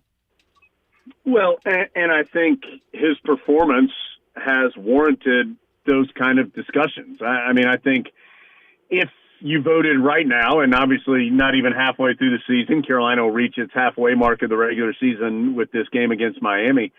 But I think if you voted right now, Drake May would probably be the first team All-ACC quarterback. I think he'd be freshman of the year in the league. I think he'd be in consideration for national honors, both as an All-America and a national freshman of the year type of player. I think he's certainly a freshman All-America. His numbers have warranted that kind of discussion. You know, he leads the league in total offense. He's number 2 in the nation in that category. He leads the league in passing yards. I believe he's 3rd in the country in that. Leads the league and the nation in passing touchdowns. He has more touchdowns combined with 19 passing and 3 rushing than anybody else in the country. His completion percentage is top 20 in the nation. His efficiency is top 10 in the nation. I mean, Tank, it's any measure that you want, and his team's 4-1. So he's done a really nice job, an incredible job, really, to this point of the year. Now, it's going to get harder. You know, you're starting to see teams now that see you every single season, so they know things that the Tar Heels like to do. It's just going to be a higher quality of competition week in and week out in conference play. But Drake May has stepped up to every challenge that has been presented thus far. And I think the really exciting part is, from the Carolina perspective, is you know that you have a chance to win every single game with Drake May at the quarterback spot. He's that type of player, and it's that type of offense that you have a chance to win. And you have a chance to score almost every time you snap the ball. And that's an exciting feeling when you're watching a football team, and it's an exciting feeling for the Tar Heels themselves that they know they have that kind of personnel that can do that. 5 games into the season, we got the Duke Blue Devils and the North Carolina Tar Heels atop the Coastal Division. This division is just absolute chaos from what we thought that this was going to be coming into the season. I mean, a lot of people had Pittsburgh up at the top. Miami, obviously, who the Tar Heels have this weekend. It's going to be a very tough game. And Jeremy and I have been talking about teams that need a win. And I don't see any way Miami can't be or isn't on that list, at the top of the list, of a team that needs a win this week because they've already started out 2-2. This will be their opener in the ACC. And there's already talk of this is a disaster season in the first year of Mario Cristobal. Well, let me start first of all with the Coastal. I think it's still very early, and the Tar Heels have done what they wanted to do, and that's won the only conference game they've played so far, so that's good. But it's still very early. Pitt's a very good team. I was surprised to see them lose at home to Georgia Tech last week, although Georgia Tech making a coaching change, a lot of times you'll see that team have a 1-week bump where they really play well that next game. And I think that probably had something to do with what happened with Pitt. Miami has not been as consistent as they would like to this point, but they haven't played a conference game yet. So they're certainly not out of the race, at a 0-0 record. So they'll get that started this weekend. But to your point, I think Miami has been very inconsistent. They certainly took care of business against Bethune-Cookman in the opening week, beat Southern Miss after a slow start in week 2, lost by 1 score on the road at Texas A&M, which a lot of people would do. And then, kind of similar to Notre Dame, had a letdown and saw a team that didn't have as big a name be able to grab them and beat them. And, I watched that game yesterday, I think, and Miami just was not very interested in playing that game at the beginning. And, they had that tight matchup with A&M the week before, and I think they saw, Middle Tennessee State and at home and just figured, we can go out there and roll the ball out there and make it happen. And then all of a sudden they turned it over 3 times in the first 7 snaps, and that's, you get yourself in a bit of a hole. And as we have seen this year, those smaller teams, and I don't mean that in any negative way other than just their size, their conference, those type of things, those teams are better than ever before because it is easier to get a quarterback because of the transfer portal, and so you're likely to have somebody who maybe was second string at a big school, but who would be better than what you could normally get at a Middle Tennessee, just for example. And this extra COVID year, we've talked about this year, is allowing those smaller schools, they are the ones who traditionally are keeping their guys for that 5th, 6th, or 7th year. And so when you have that maturity plus a good quarterback, you can compete. And so I think you saw that with Middle Tennessee. We've seen it all throughout the country. That leads to me saying that I think Miami got caught thinking that, they had just played tight with A&M, that they could go out there and make this happen. You should not believe that Miami is not talented. They are incredibly talented, as they always are. They have athletes, they have speed, they have physicality. They are a very talented football team that I think will be angry that they played that way, frustrated and embarrassed that they played that way, and they've had to sit on it for 2 weeks. And so if you're a Tar Heel fan and you think you're going to get the team that lost to Middle Tennessee State that was down multiple scores early in that game, I just think you're mistaken. You're going to see the best version of this Miami team possible, and the best version of this Miami team is a very, very good football team. Yeah, talk about Miami needing a win as a team, but Tyler Van Dyke, I mean, he had all kinds of, big NFL draft hype coming into the season. He got pulled in the Middle Tennessee State game, and the guy that came in for him, Jake Garcia, he didn't do all that well either when he came in. But Tyler Van Dyke, they're still sticking with him as the starting quarterback. It hasn't been good. He's got like a 41.3 QBR so far this year, not playing well. That guy is probably feeling more pressure than anybody to have a great game. So the question becomes, what can the Tar Heel defense do to to try to make sure that he continues to have a bad start to the season? Sure. I think first, Tyler Van Dyke certainly has all the measurables. I mean, he's 6'4", he's 225, he's got a strong arm. And he had success last year when he took over. In fact, in the game against the Tar Heels last year for Miami, they really had a successful second half of the season with him at the quarterback spot. So he can play quarterback. That's not a question. I do think when you make a coaching change, sometimes you forget that it doesn't automatically work. And, Miami spent a lot of money on their coaching staff. Mario Cristobal, Josh Gaddis, the offensive coordinator, was the Broyles Award winner last year as the OC at Michigan. The Broyles Award goes to the top assistant in college football. Kevin Steele, their defensive coordinator, is a big name that most people in college football recognize, been a head coach, been at big schools. Shoot, they have Charlie Strong as their linebackers coach, essentially. So they have some really good coaches, but they haven't necessarily been together that long. And so to just assume that you can show up with your Broyles Award and that it's going to work automatically, I don't think is accurate. So I do think there's been a little bit of a learning curve for Tyler Van Dyke, new system, new coaches, that the bye week, again, came at a great time for them to self-evaluate and say, look, maybe this worked in the past with other teams, but it's not working here. Or maybe this guy isn't as comfortable doing this as he would be doing this. And so I think Miami is in a good spot to recover from some of that inconsistency. Now, what can Carolina do is some of the same things you can do every game and that you would hope Carolina can do building off of what it did against Virginia Tech. And that is stop the run.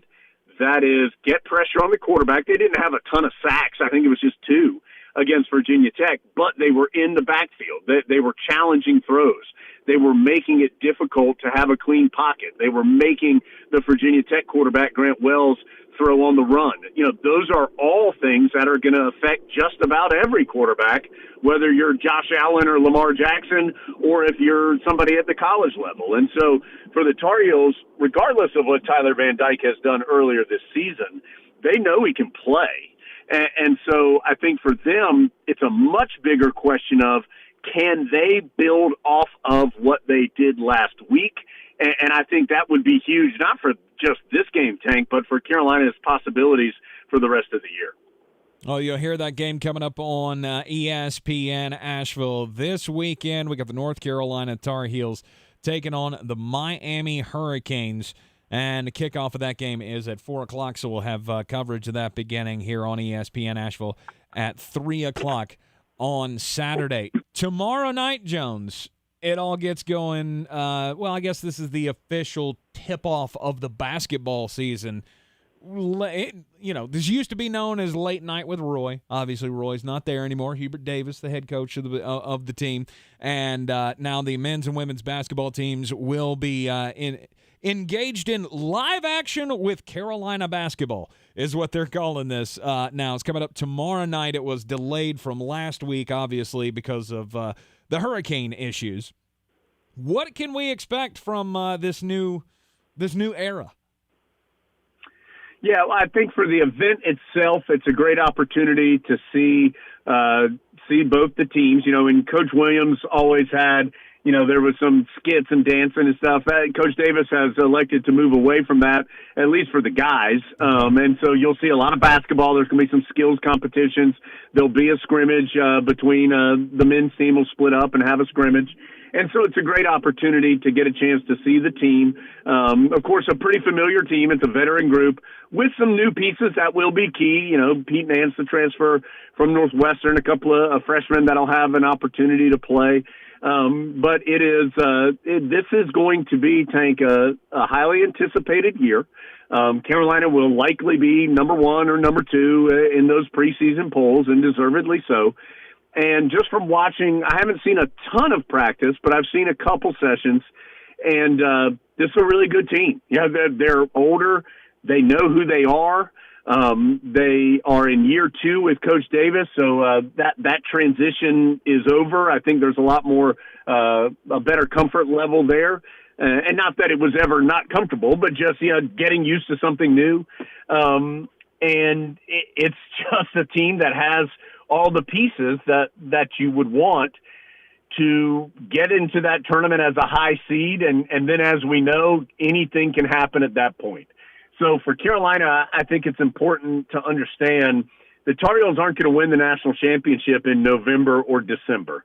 They need, the goal should be remain healthy, win the ACC regular season, get a number 1 seed, and play in Greensboro, because that's where the NCAA tournament, the closest region to Carolina as far as the first couple of rounds, is in Greensboro, and that is an advantage. We've seen it historically through the years, and so for Carolina, that should be the goal. Get better, stay healthy, compete in the league at a high level, and try to get that number 1 seed. They'll be tested plenty.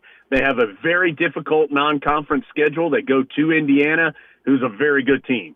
They play Michigan at a neutral site. They play in that event in Portland that has some terrific teams, including potential matchups with Villanova and Michigan State. They are going to be tested as they move through the pre-conference season, and then we know how good the ACC is. So this is a team that is capable of doing some really, really good things, but you can't do them right now. You've got to pace yourself and be ready to go as you move through this year. It is a long journey in a college basketball season, and coming up tomorrow night, that live action event is just the first step of that journey. And it'll be 1 month to the day from the tip-off of the regular season, as the Tar Heels will take on UNC Wilmington on Monday, November the 7th. And, of course, Tar Heel basketball heard with Jones Angell and company right here on ESPN Asheville all season long. All right, Jones, we will hear from you on Saturday here on ESPN Asheville with the Miami game. Touch base with you again next week.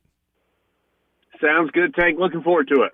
You are in the Sportsocracy here on ESPN Asheville, 92.9 FM, 880 AM, and 1400. This is your time saver traffic on the new ESPN Asheville.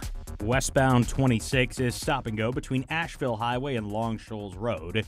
We're looking at westbound delays on 240 between Charlotte Street and Montford Avenue. Westbound I-40 heavy between US 23 and George Branch Road. On 26 eastbound, we are heavy between 191 and Long Shoals. 191 southbound is heavy between Clayton Road and Long Shoals. I'm Jack Wiley. That's your latest check of time saver traffic. This report is sponsored by eBay Motors. You might not have the biggest garage on the block, but with eBay Motors, there's 122 million parts right at your fingertips. Whatever you need, there's something that fits your vehicle. Air filters, tires, seat covers, and more. Get the right parts at the right prices. ebaymotors.com. Let's ride. Driving happy with Febreze car. You're driving home when, oh no, you hit the longest red light in town. What's this? You're smiling because your car smells amazing. You just installed a Febreze car vent clip. Ha ha! 5 weeks ago. With up to 40 days of consistent Febreze scent, those lights can stay red for as long as they'd like. Breathe happy, Febreze, la la la la la. What did 9 out of 10 people who died from COVID have in common? They were 50 or older. And if you have a condition like heart disease or diabetes, your risk is even higher. COVID vaccines lower the risk of death. Get your updated vaccine now. It could save your life. We can do this. Find updated COVID vaccines at vaccines.gov. Paid for by the U.S. Department of Health and Human Services. Sure, we have 30 seconds to tell you that drivers who switch to Progressive could save big. But then what? Well, there is a nice piece of stock music playing behind me that a talented composer worked really hard on. So let's enjoy it.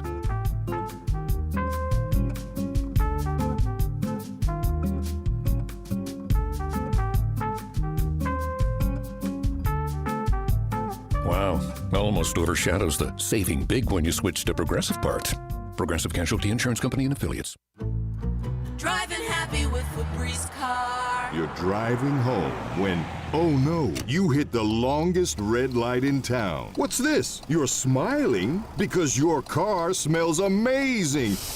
You just installed a Febreze car vent clip. Ha ha! 5 weeks ago. With up to 40 days of consistent Febreze scent, those lights can stay red for as long as they'd like. Breathe happy, Febreze, la la la la la.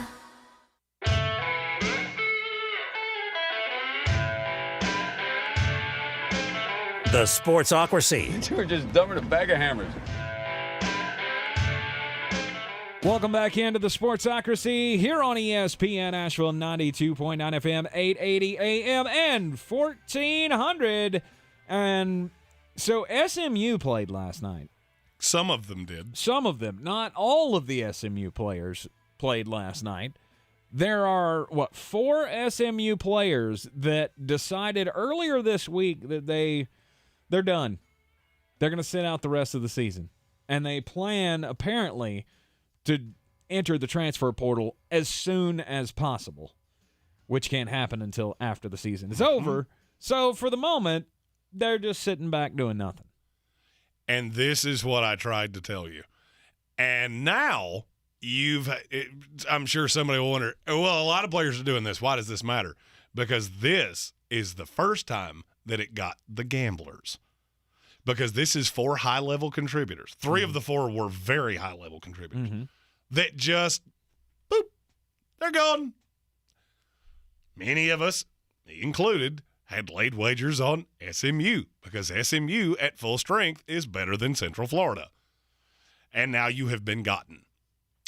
And this may be the event that spurs the change. Because these two things cannot live together. All right, as long as we're in an NIL world, you're going to have to understand something. you don't get to do this. You don't get to just drop out. Because what happens when these guys are when you have a player that is getting a check from some business in Dallas? Dallas is a very large metropolitan area, and SMU has some very sizable boosters. I don't know what the status on these guys was. I have no idea. But if you want to know, I've always thought the stupidest excuse that people had for freedom of movement. You were one of these that threw this at me constantly. Well, the coaches can leave anytime they wanted to. The coaches spent 20 years making $15,000 a year as a video tech. If you want the players to hang around for 10 years, now we can talk about your freedom of movement. Because now the movement has become the Wild Wild West. Oh, we started 2-2, so you know what, I'm done. There's no element of team whatsoever. No. It's how much money can I get for me? And there were a slew of us, like me, that tried to tell you this is how this was going to go. You can want all you want to. You take out one very carnal part of the world. People looking out for their own self-interests. And now that's what you have, because players don't have to sit out. You don't have to do anything. You can just bandy about as the wind blows. There are a slew of players that are on their fourth school in 4 years. Zachary Evans of Ole Miss. Committed to 2 more and has actually been on campus. This is third school. There's no blowback. There's no buyout. There's no nothing. And I'm going to tell you, I've asked around, what is the solution to this? It's a buyout. It's a buyout. That's what's coming. You have to buy out your NIL deal? You have to buy out your scholarship. I put you on scholarship. You want to move, that's fine. You can move anytime you want to. You have to buy it out. Wow. You'll get one for free.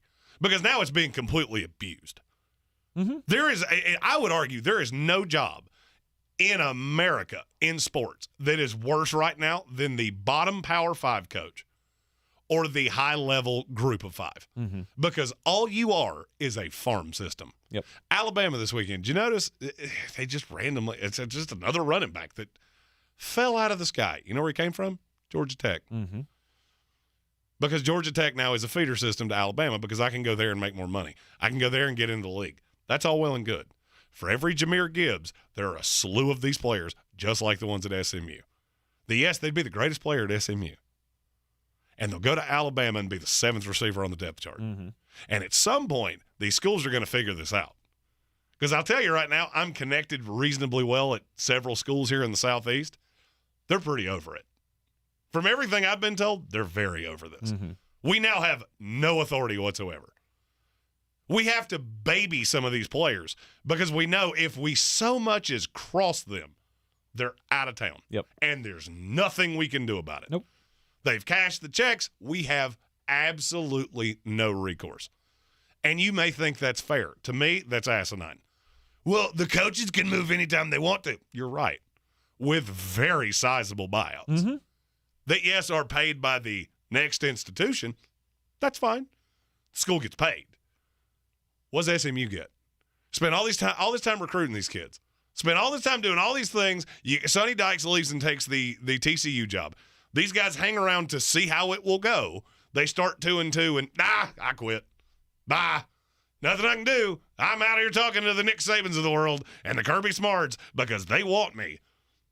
Nothing I can do. I can't even put my name in the transfer portal yet. I'm telling you the change is coming. And the change is going to be aggressive. But the change has to come from somewhere. And where does the change come from? Does it come from the NCAA? Does it come from the individual schools? I have no faith in the NCAA whatsoever. None. But as soon as the players and these action groups and things like that made this legal, if you remember, I told you, you're battling against somebody that you do not understand what you have just done here.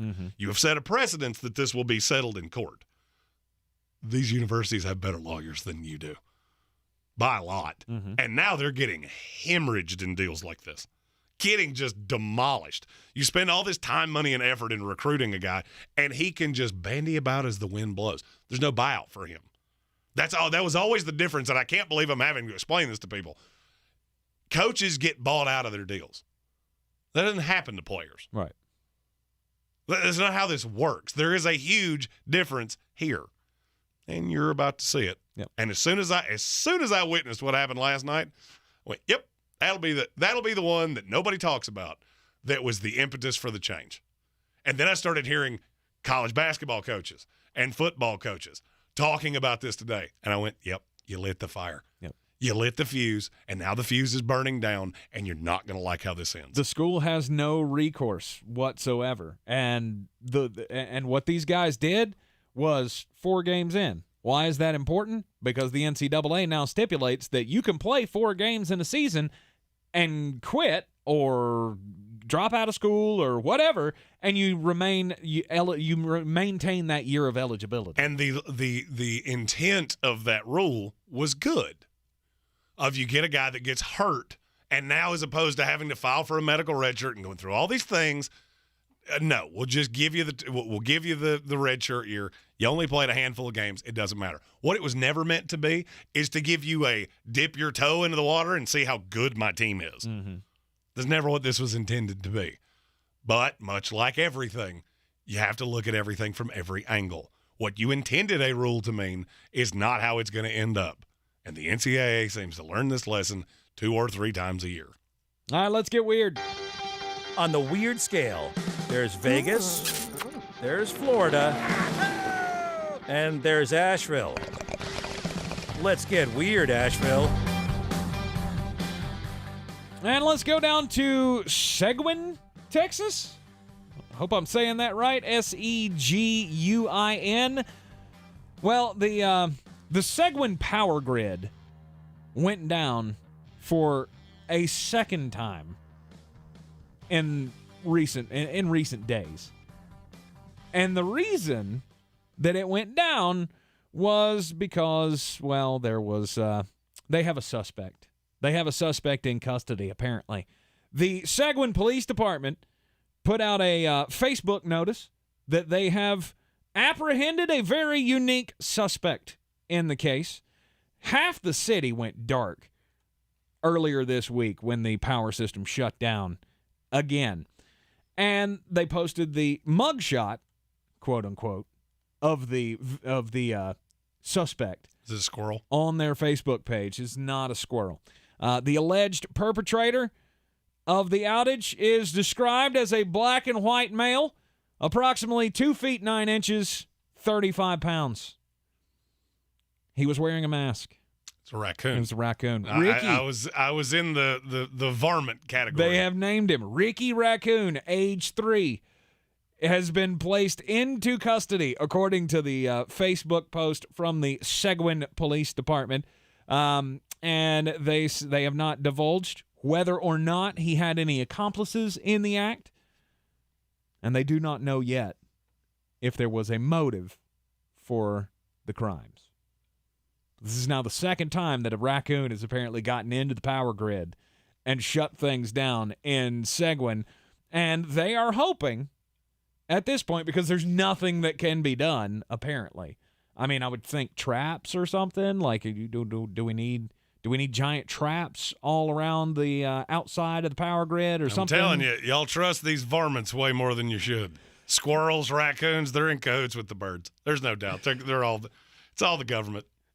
Seguin PD says that the investigation is still ongoing and that the city is currently working to make sure that the furry bandits do not strike again. My story is a little bit more nefarious than yours. Mine also comes from Texas, though. It's Austin, Texas. Vista Ridge High School. They have a golf team that has a deal with Avery Ranch Golf Club. That's their home course. So apparently on October the 3rd, which was Monday, they showed up and have a little practice. Hey, it's our day. We practice on Mondays. Well, when they got there, they discovered that they were not alone on the golf course because members of the Yellow Rose Cabaret, which is an adult entertainment club in Austin, Texas, had apparently reserved the golf course for their X-rated golf tournament. Oh, had they now? And all of the childrens got to see all the things that they weren't supposed to see. Nice.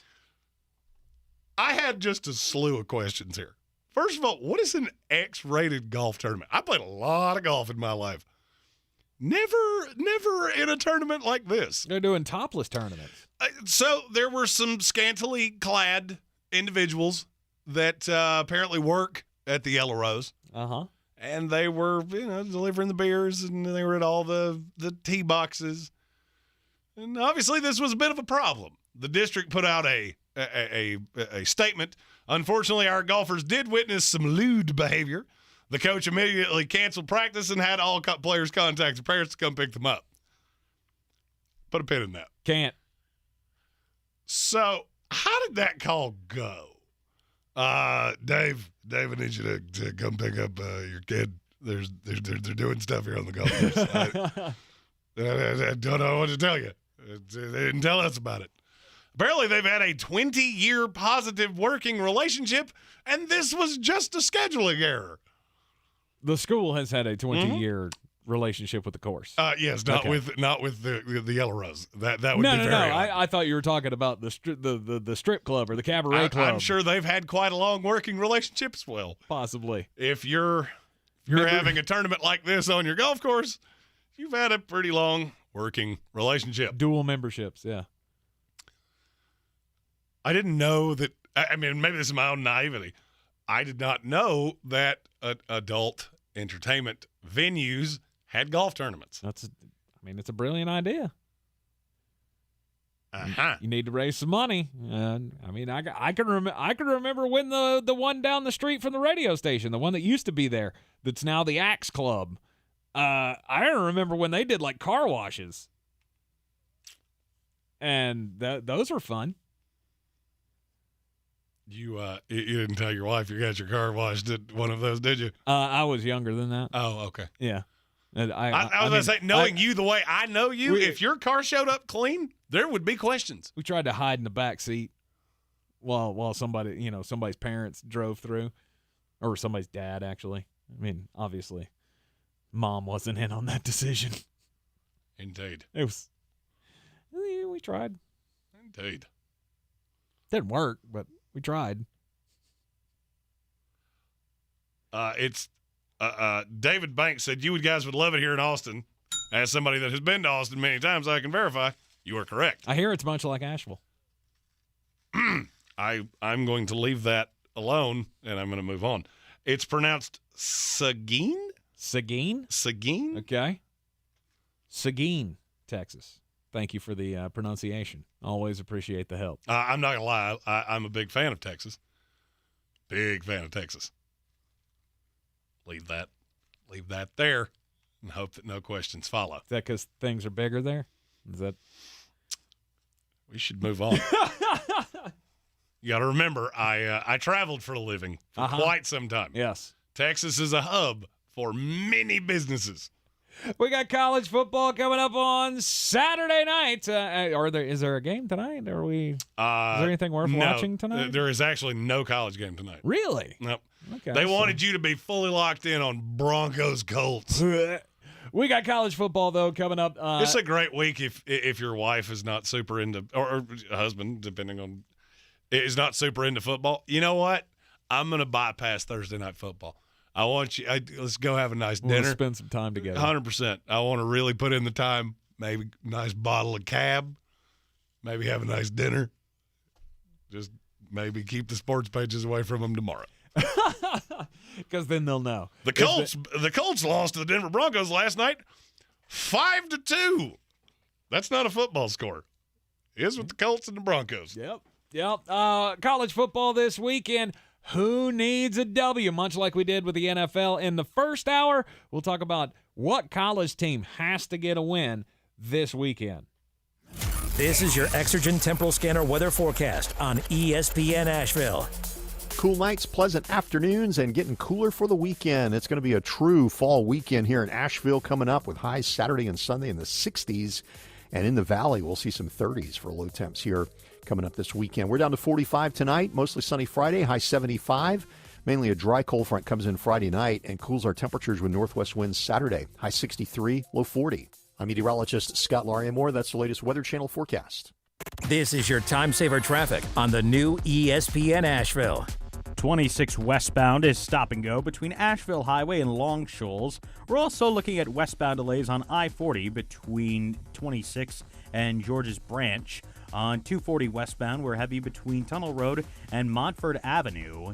And look out for delays on northbound 112 between Brevard Road and Sandhill. 191 southbound is heavy between Clayton and Long Shoals. I'm Jack Wiley with your Time Saver Traffic.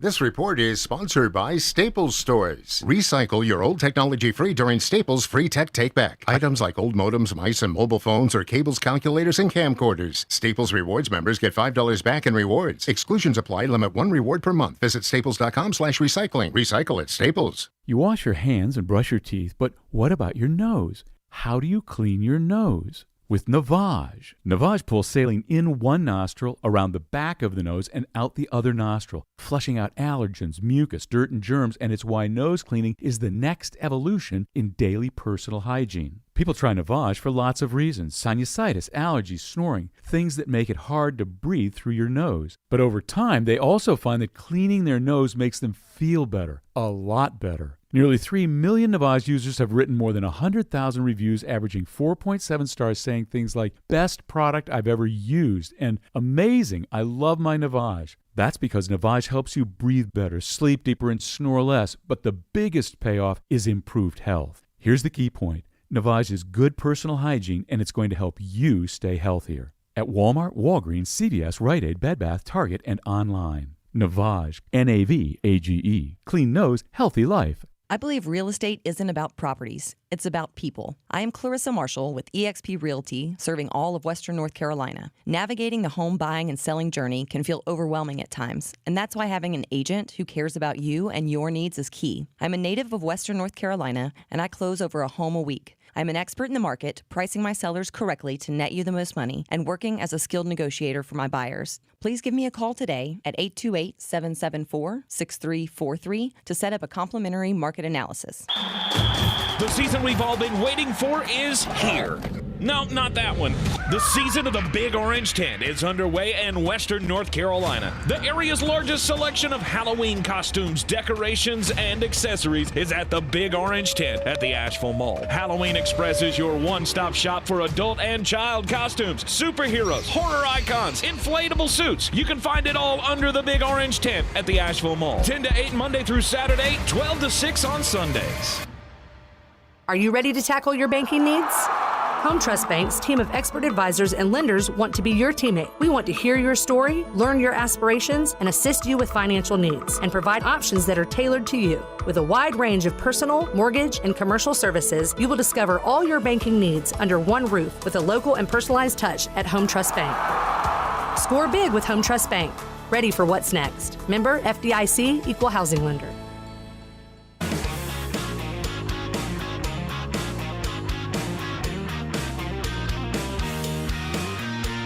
The Sportsocracy. Take all this, burn it, okay?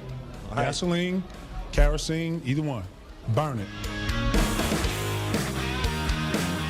It's ESPN Asheville. Tank Spencer, Jeremy Green here in the Sportsocracy. Check us out at thesportsocracy.com, at the Sportsocracy on all the social medias as well. Don't forget to get in on the Battle for the Belt, our fantasy football competition, week in and week out. DFS competition. The link is in the description of each and every YouTube video that we post. You can also find it on all of our social medias.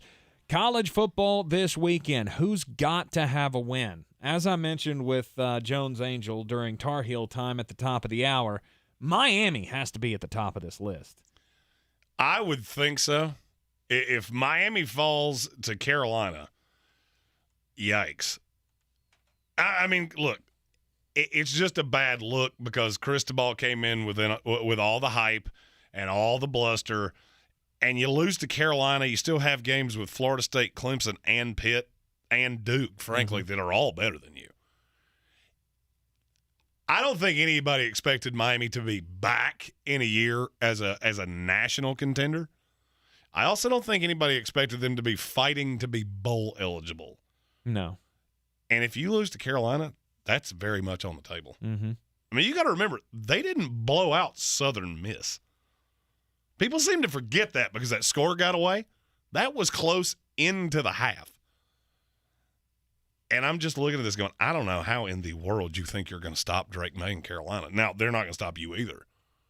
True. Over. I don't even know what the number is, and I don't care.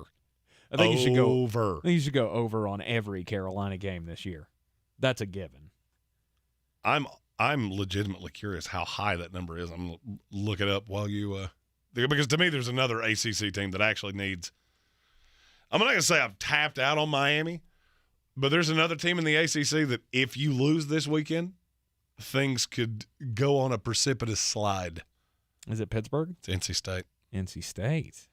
Okay. I think a lot of us expected you to either lose close or win close against Clemson. So the loss is not shocking. Mm-hmm.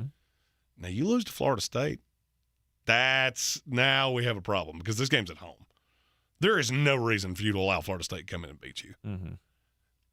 But who do I always defer to in situations like this? Vegas.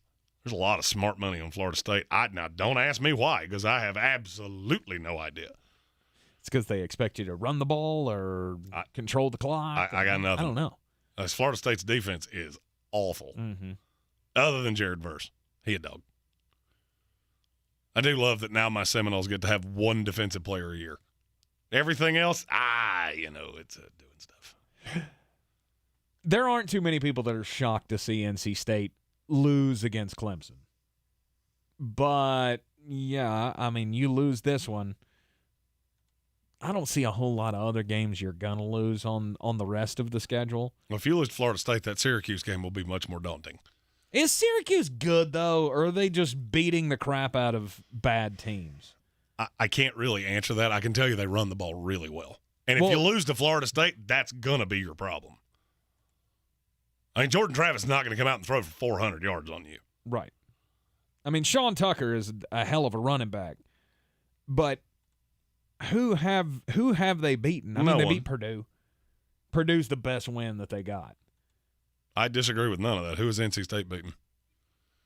It's a good point. You struggle mightily with East Carolina. Who look, we're big fans of the Fighting Mike Houstons around here. Right. But your other big win is Texas Tech. Woo. I'm just saying, you lose to Florida State, and now that dream season that you were expecting, that's done. Right. That's all over. Shocker of shockers. A North Carolina football team not living up to expectations. I mean, come on. Every time there's been high hopes for North Carolina or NC State, it doesn't come to fruition. Now, this is not an answer of who needs a win. Mm-hmm. This is an answer of who can't get demolished. Texas A&M cannot go to Alabama and get beat by 50. And I'm telling you, if they do, the talk on Jimbo Fisher is going to get real loud. It's already bubbling under the surface. As it should be. Tried to tell you.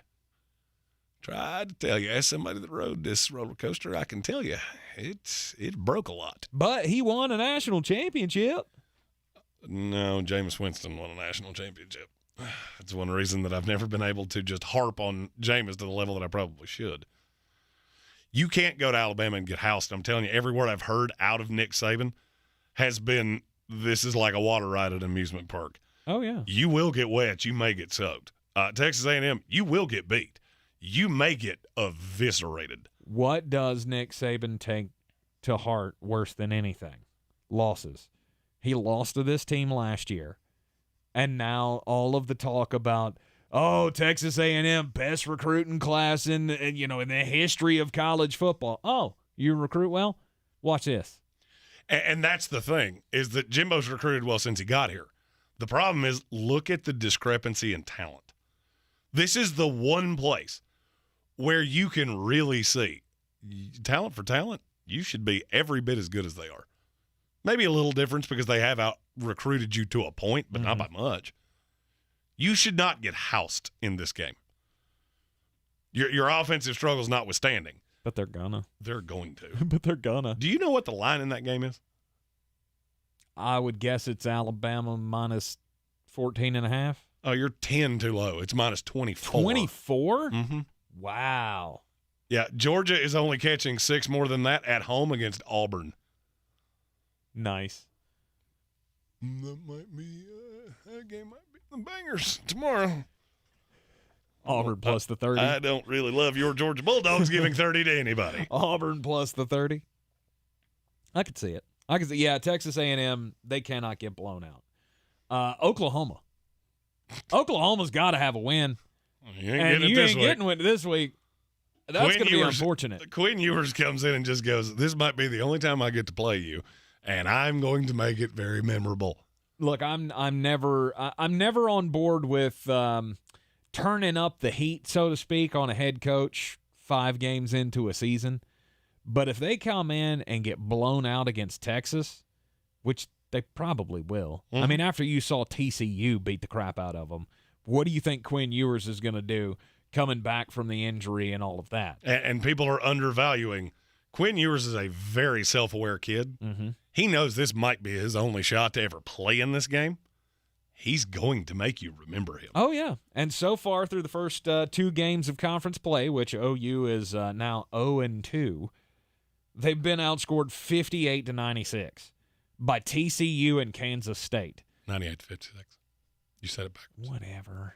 I hate when people do that. Well, it's their the bigger score number first. always goes first. Their score Yeah, first. that's a baseball thing. Bigger number always goes first in football. Whatever. You prefaced it with outscored. No, I promise you nobody went, well, how did they get outscored? The number came first. Yeah, that was the other one. They knew what I meant. Yeah, just do it right. OU has scored 58. Their opponents have scored 96. Mm-hmm. They have been outscored by nearly 40 points in their first 2 conference games. And it's going to continue because the defense is god-awful. Yeah, against lesser teams. That's the problem. Are they lesser, though? See, this is what's so funny to me. They're supposed to This is why Oklahoma was such a comical case to me, and I beat this drum so aggressively. They're not lesser. Oklahoma got gutted by Lincoln Riley. But they brought in Dylan Gabriel, who was really good at Central Florida. Yeah, he's not a good quarterback. I hate to break that to you. He's not. Did you notice that every quarterback that played at Central Florida was somehow good? Mackenzie Milton went to Florida State. I understand there was an injury. I get it. He was still healthy. He couldn't get on the field. He beat out Dylan Gabriel. Why am I supposed to think he's so good? There's nothing on the defense. Nothing. They have one player with a draftable grade. One.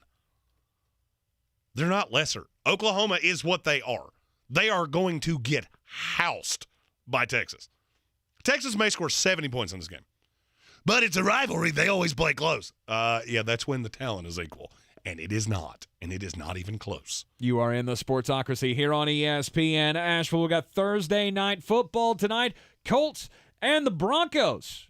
We'll have green on green and Jeremy's picks in the night coming up next. This is your time saver traffic on the new ESPN Asheville.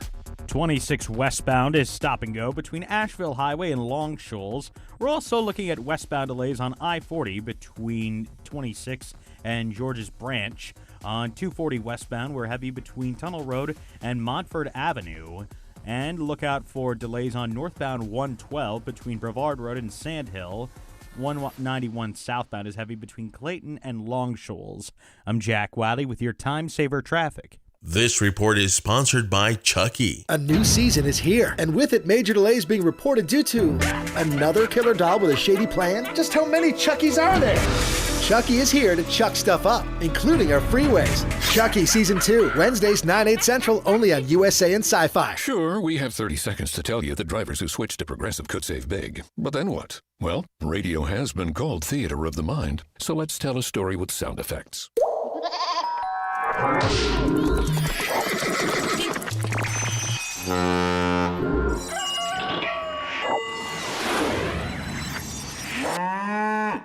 Wow, it's like I was in the story. Almost makes me forget this was supposed to be about saving big with Progressive.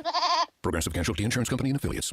Can I get the sales projections for the Springfield, Bristol, and Fairview stores? Val's Froyo Palace is dishing out 3 more locations. Jody, have you lined up interviews? They need 3 new store managers before they have a meltdown. And remember, they need at least 5 years experience. Indeed can help them hire great people fast. I need Indeed. Indeed you do. We instantly connect you with quality candidates whose resumes on Indeed match your job description. Visit Indeed.com/credit and get $75 towards your first sponsored job. Terms and conditions apply. Since man created roads, they've been looking for ways to get off-road and vehicles to take them there. That's where Outlaw Off-Road comes in. A premier off-road center for Jeeps, trucks, and SUVs with a complete lineup of off-road and overland services, including maintenance and repair to make your vehicle all that it can be. Check out their location right here in Western North Carolina at 85 Avery Creek Road. Call them today at 828-974-8480 or visit them on the web at theoutlawoffroad.com.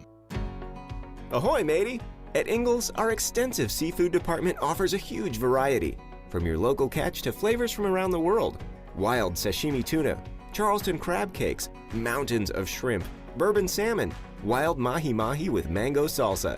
It's enough to make any salty sea captain ready to set a course for the bounteous treasure of the Ingles Seafood Department. It's all in the bag. Ingles.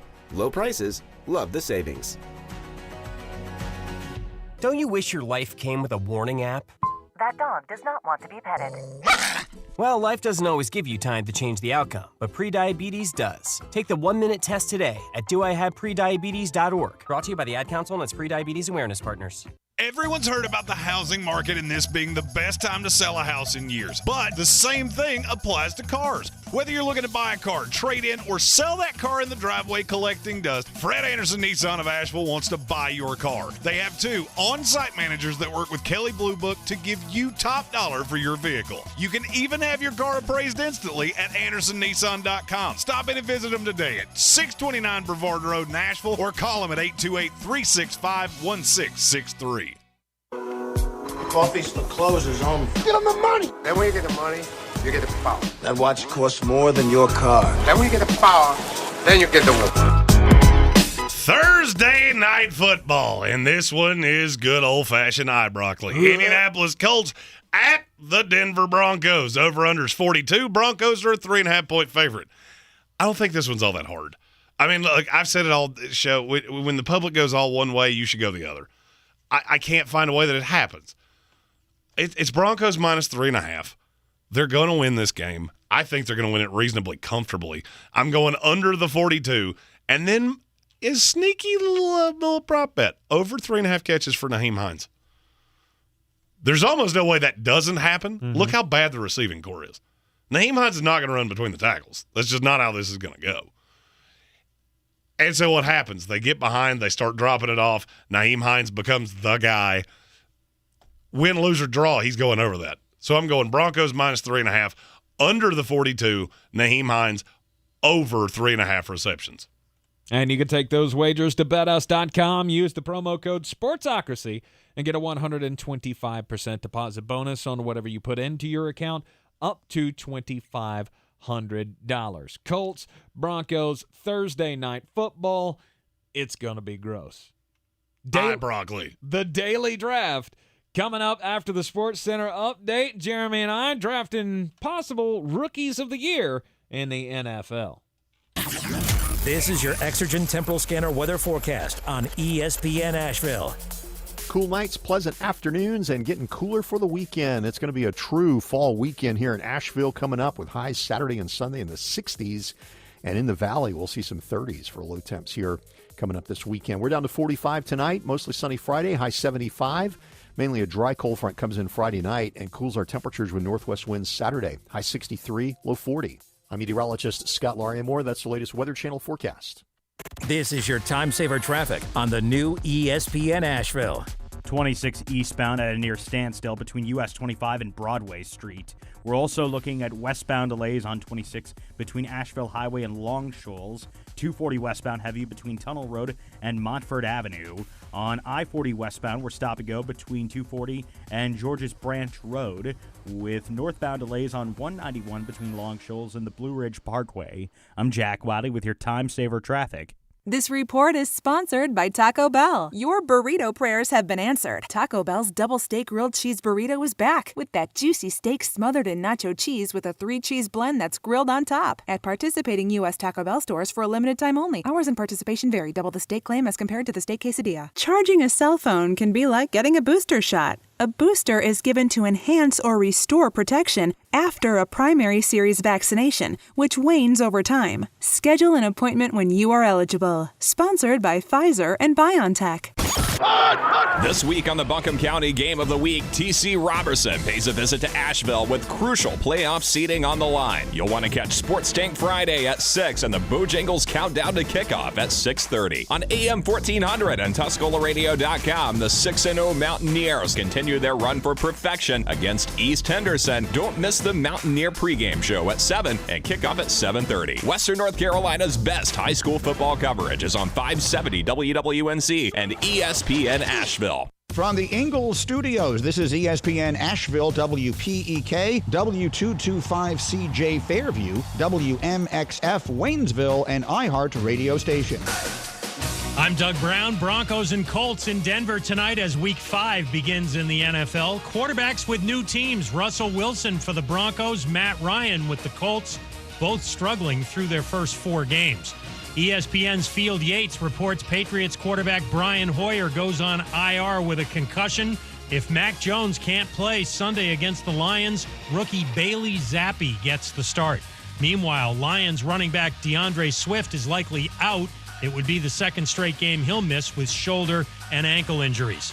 The baseball playoffs start tomorrow with 12 teams in the field and a 2 out of 3 wild card weekend.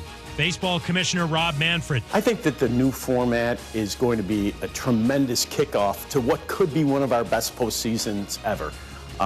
We think the broader format keeps more fans engaged in the postseason, and hopefully they'll stay with us the whole way through. Rob Manfred on Get Up. Every game of baseball's postseason is on ESPN Radio. Every game of Wild Card Weekend on ESPN, ESPN2, or ABC.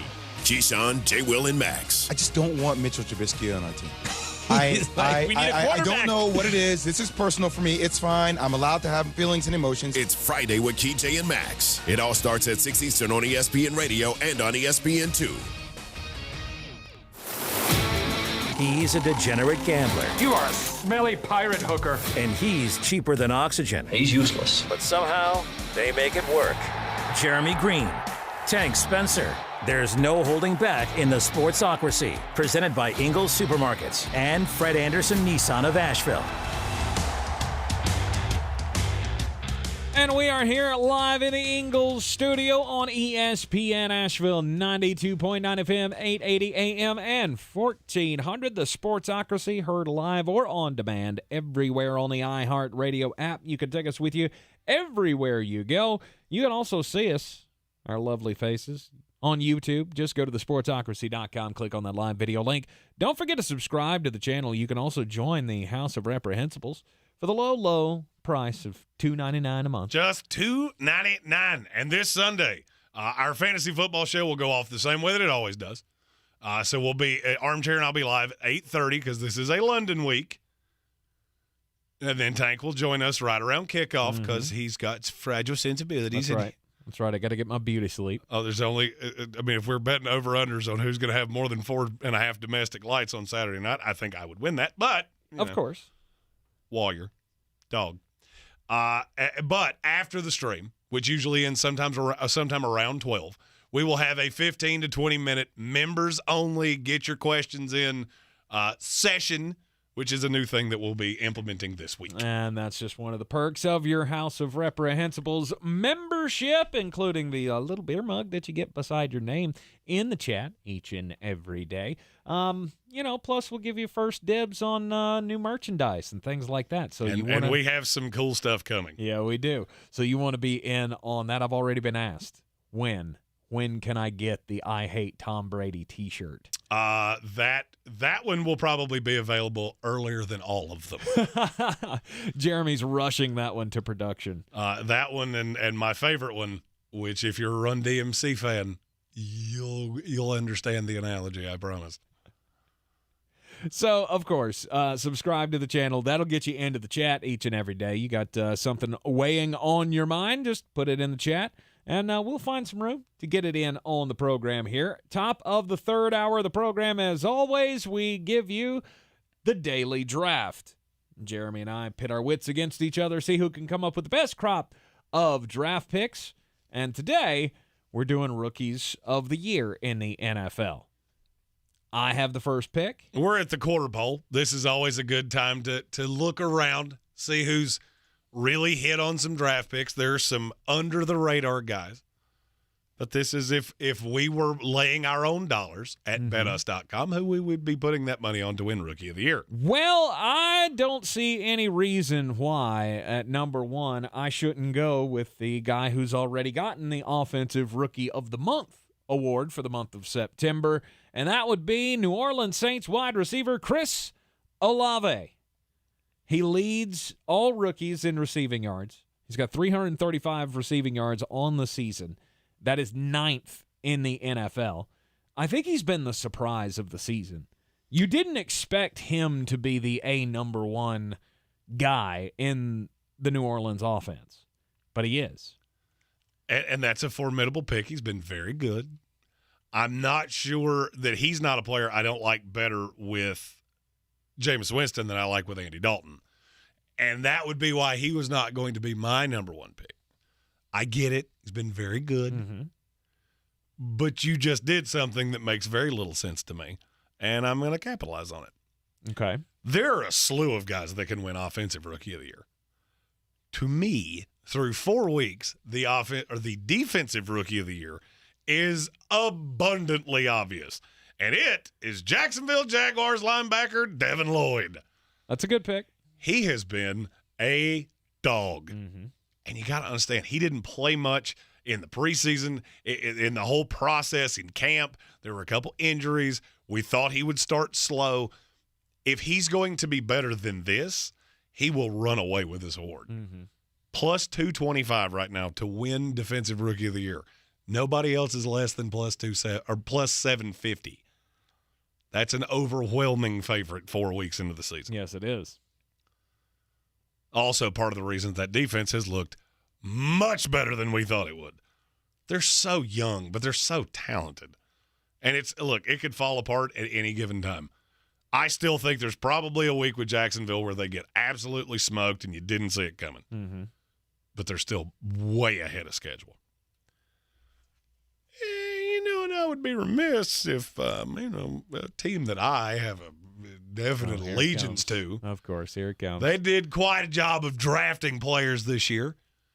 And I would argue the receiver I'm going to take has a better quarterback situation, has a schedule that leans out, and I can't emphasize this enough, he a dog, and his name is Jets wide receiver Garrett Wilson. Oh, Garrett Wilson.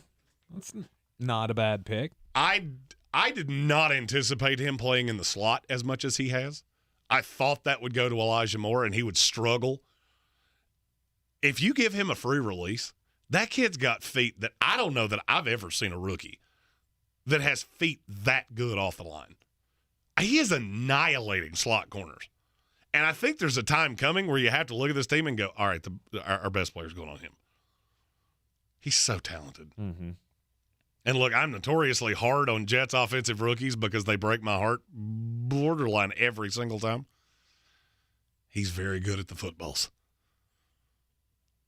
Feel like I have my two favorites. I mean, I'm not going to say go ahead and lock that down as a win for me, but I feel pretty good about it. Devin Lloyd and Garrett Wilson, not bad picks. Not bad picks. I already got the Offensive Rookie of the Month, though, so I feel like I'm doing pretty well.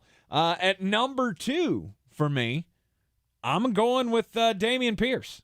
It's finally Dameon Pierce time.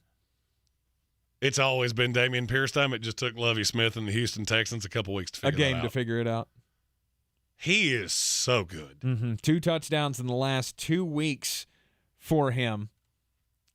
And against the Los Angeles Chargers, he had 131 yards rushing on 14 carries. He averaged 9.4 yards per carry in just that one game.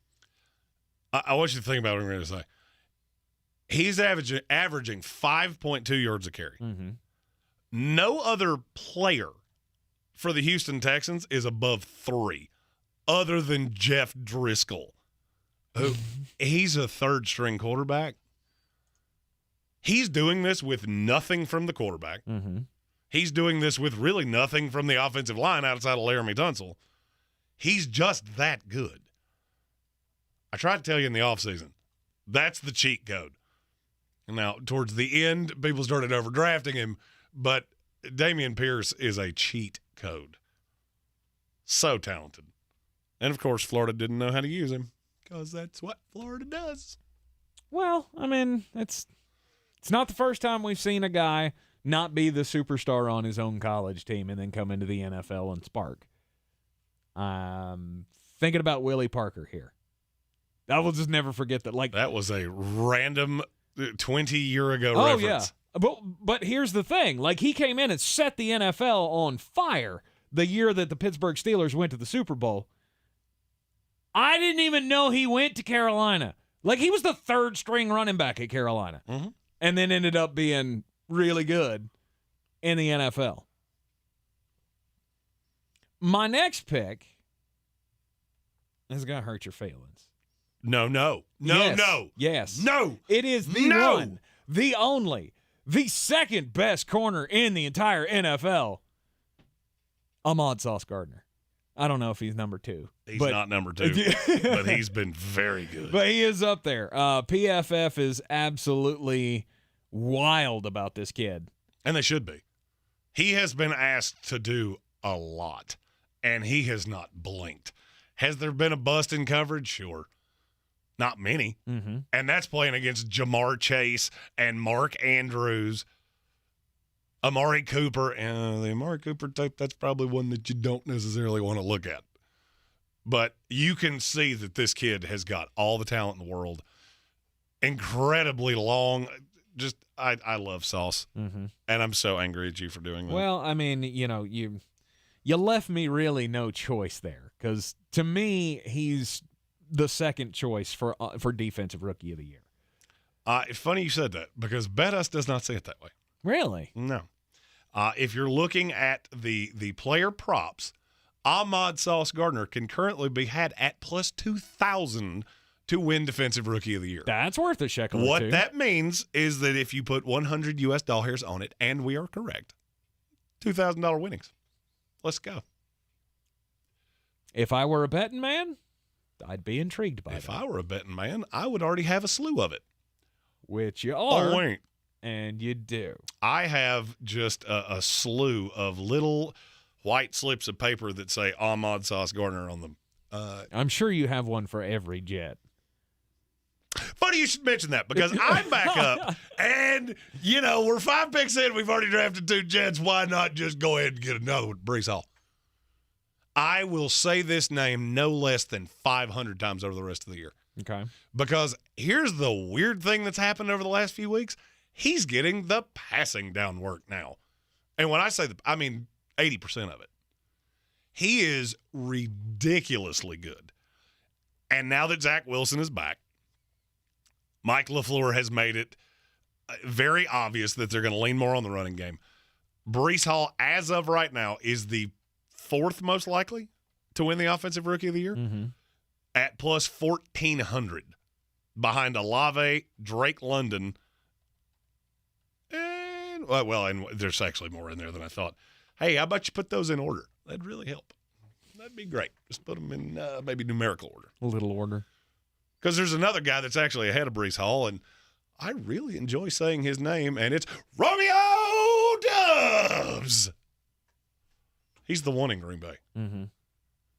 He is the one in Green Bay. Aaron trusts him. He is very dynamic, and he's only going to get better with time.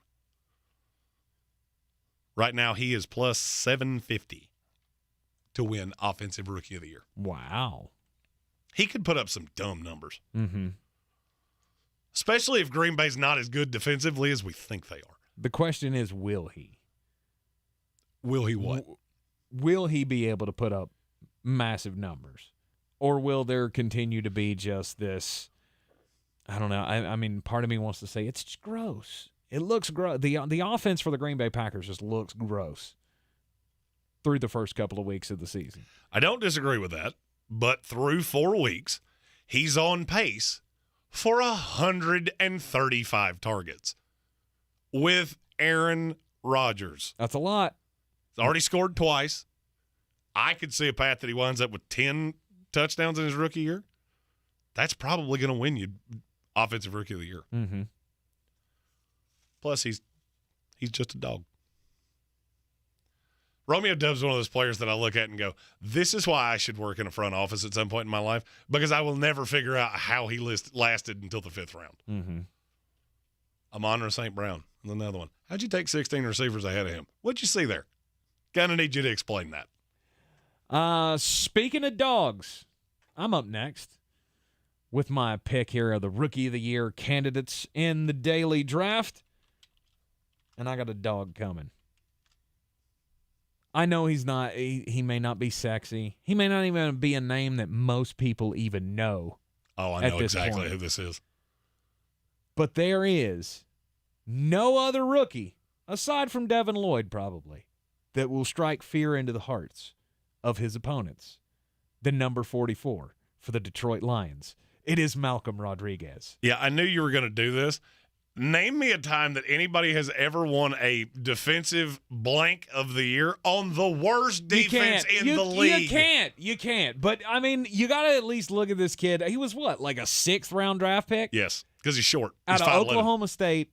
And all of a sudden, he comes in. If you watch the Hard Knocks, if you watch that series, you saw number 44 was getting called out all the time by the coaches of, y'all need to play like this guy. Look at 44. Watch 44 on this play. He's come in, and in regular season action, he is near the top of the league in tackles. He obviously has far and away more than anybody else on the Detroit Lions right now. Well, I mean, other than the end zone. Yeah, I mean, if the end zone got tackles, then it would be leading the Detroit Lions in tackles right now. Nobody else knows how to tackle on that team. But nobody stops offensive players against the Detroit Lions like the end zone. According to PFF, Malcolm Rodriguez is ranked as the 31st best linebacker in the NFL. Now, that doesn't sound like a lot, but think about it. When you're on a team that bad, exactly. It's virtually impossible to be any higher than that. Exactly. I mean, this team is god-awful, and Malcolm Rodriguez, him and Aiden Hutchinson, they could be the building blocks for something special there. Yeah, Aiden has not been particularly good.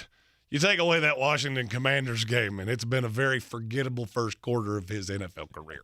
Hey, 3 sacks through the first 4 weeks of the season. He's still got time. Mm-hmm.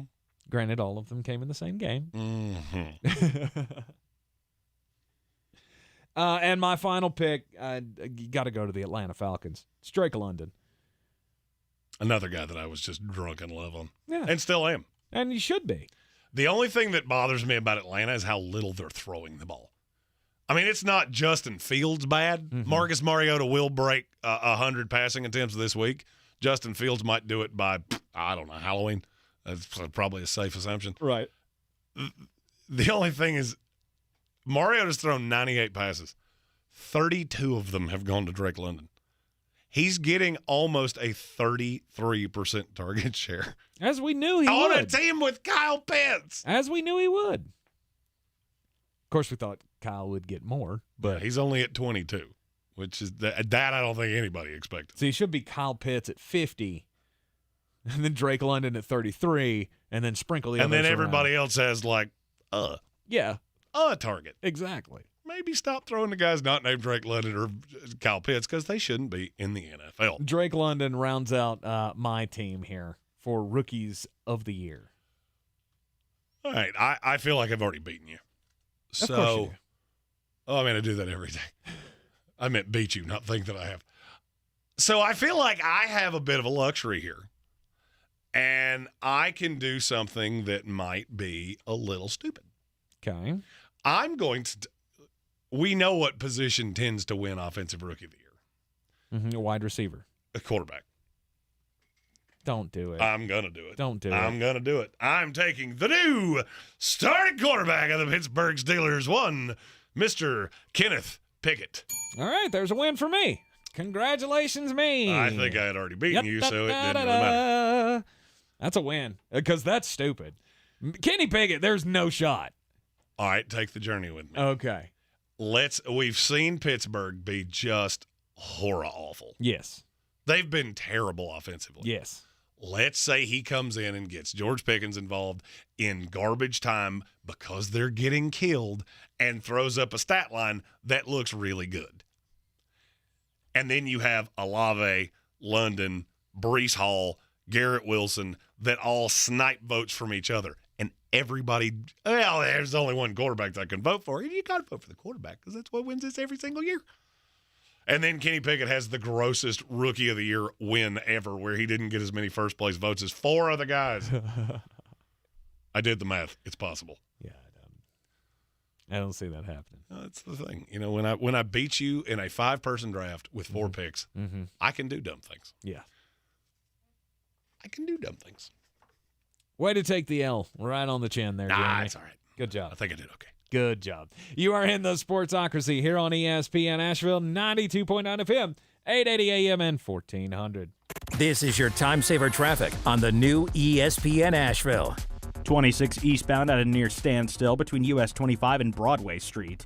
We are stop and go on westbound 26 between Asheville Highway and Long Shoals. 240 westbound is slow between Tunnel Road and Modford Avenue. We're looking at westbound delays on I-40 between 240 and Georges Branch Road. Look out for a disabled vehicle blocking the shoulder at mile marker 40. I'm Jack Wiley with your time saver traffic. This report is sponsored by Chucky. A new season is here, and with it, major delays being reported due to another killer doll with a shady plan. Just how many Chuckies are there? Chucky is here to chuck stuff up, including our freeways. Chucky Season 2, Wednesdays 9/8 Central, only on USA and Sci-Fi. So many people here are getting real lasting joint pain relief from QC Kinetics. QC Kinetics has changed my life. I would recommend QC to anybody. The work that QC Kinetics did paid off exponentially. It brought me back to an effective age of almost in my 20s and 30s. QC Kinetics uses cutting-edge regenerative medicine, natural biologics from your own body, precision treatments that can restore and repair damaged tissue in your aching joints, with no meds, no steroids, no drugs, and no downtime. I got a very quick resolution to my pain. It is a all-natural therapy. You're using you to fix you. I got my life back. I got my smile back. And best of all, I got my laugh back. Don't live with that pain anymore. And don't let them tell you surgery is your only option. Learn more about regenerative options from the local medical professionals at QC Kinetics. Call now for your free consultation. Call QC Kinetics, 828-333-9517. That's 828-333-9517. 828-333-9517.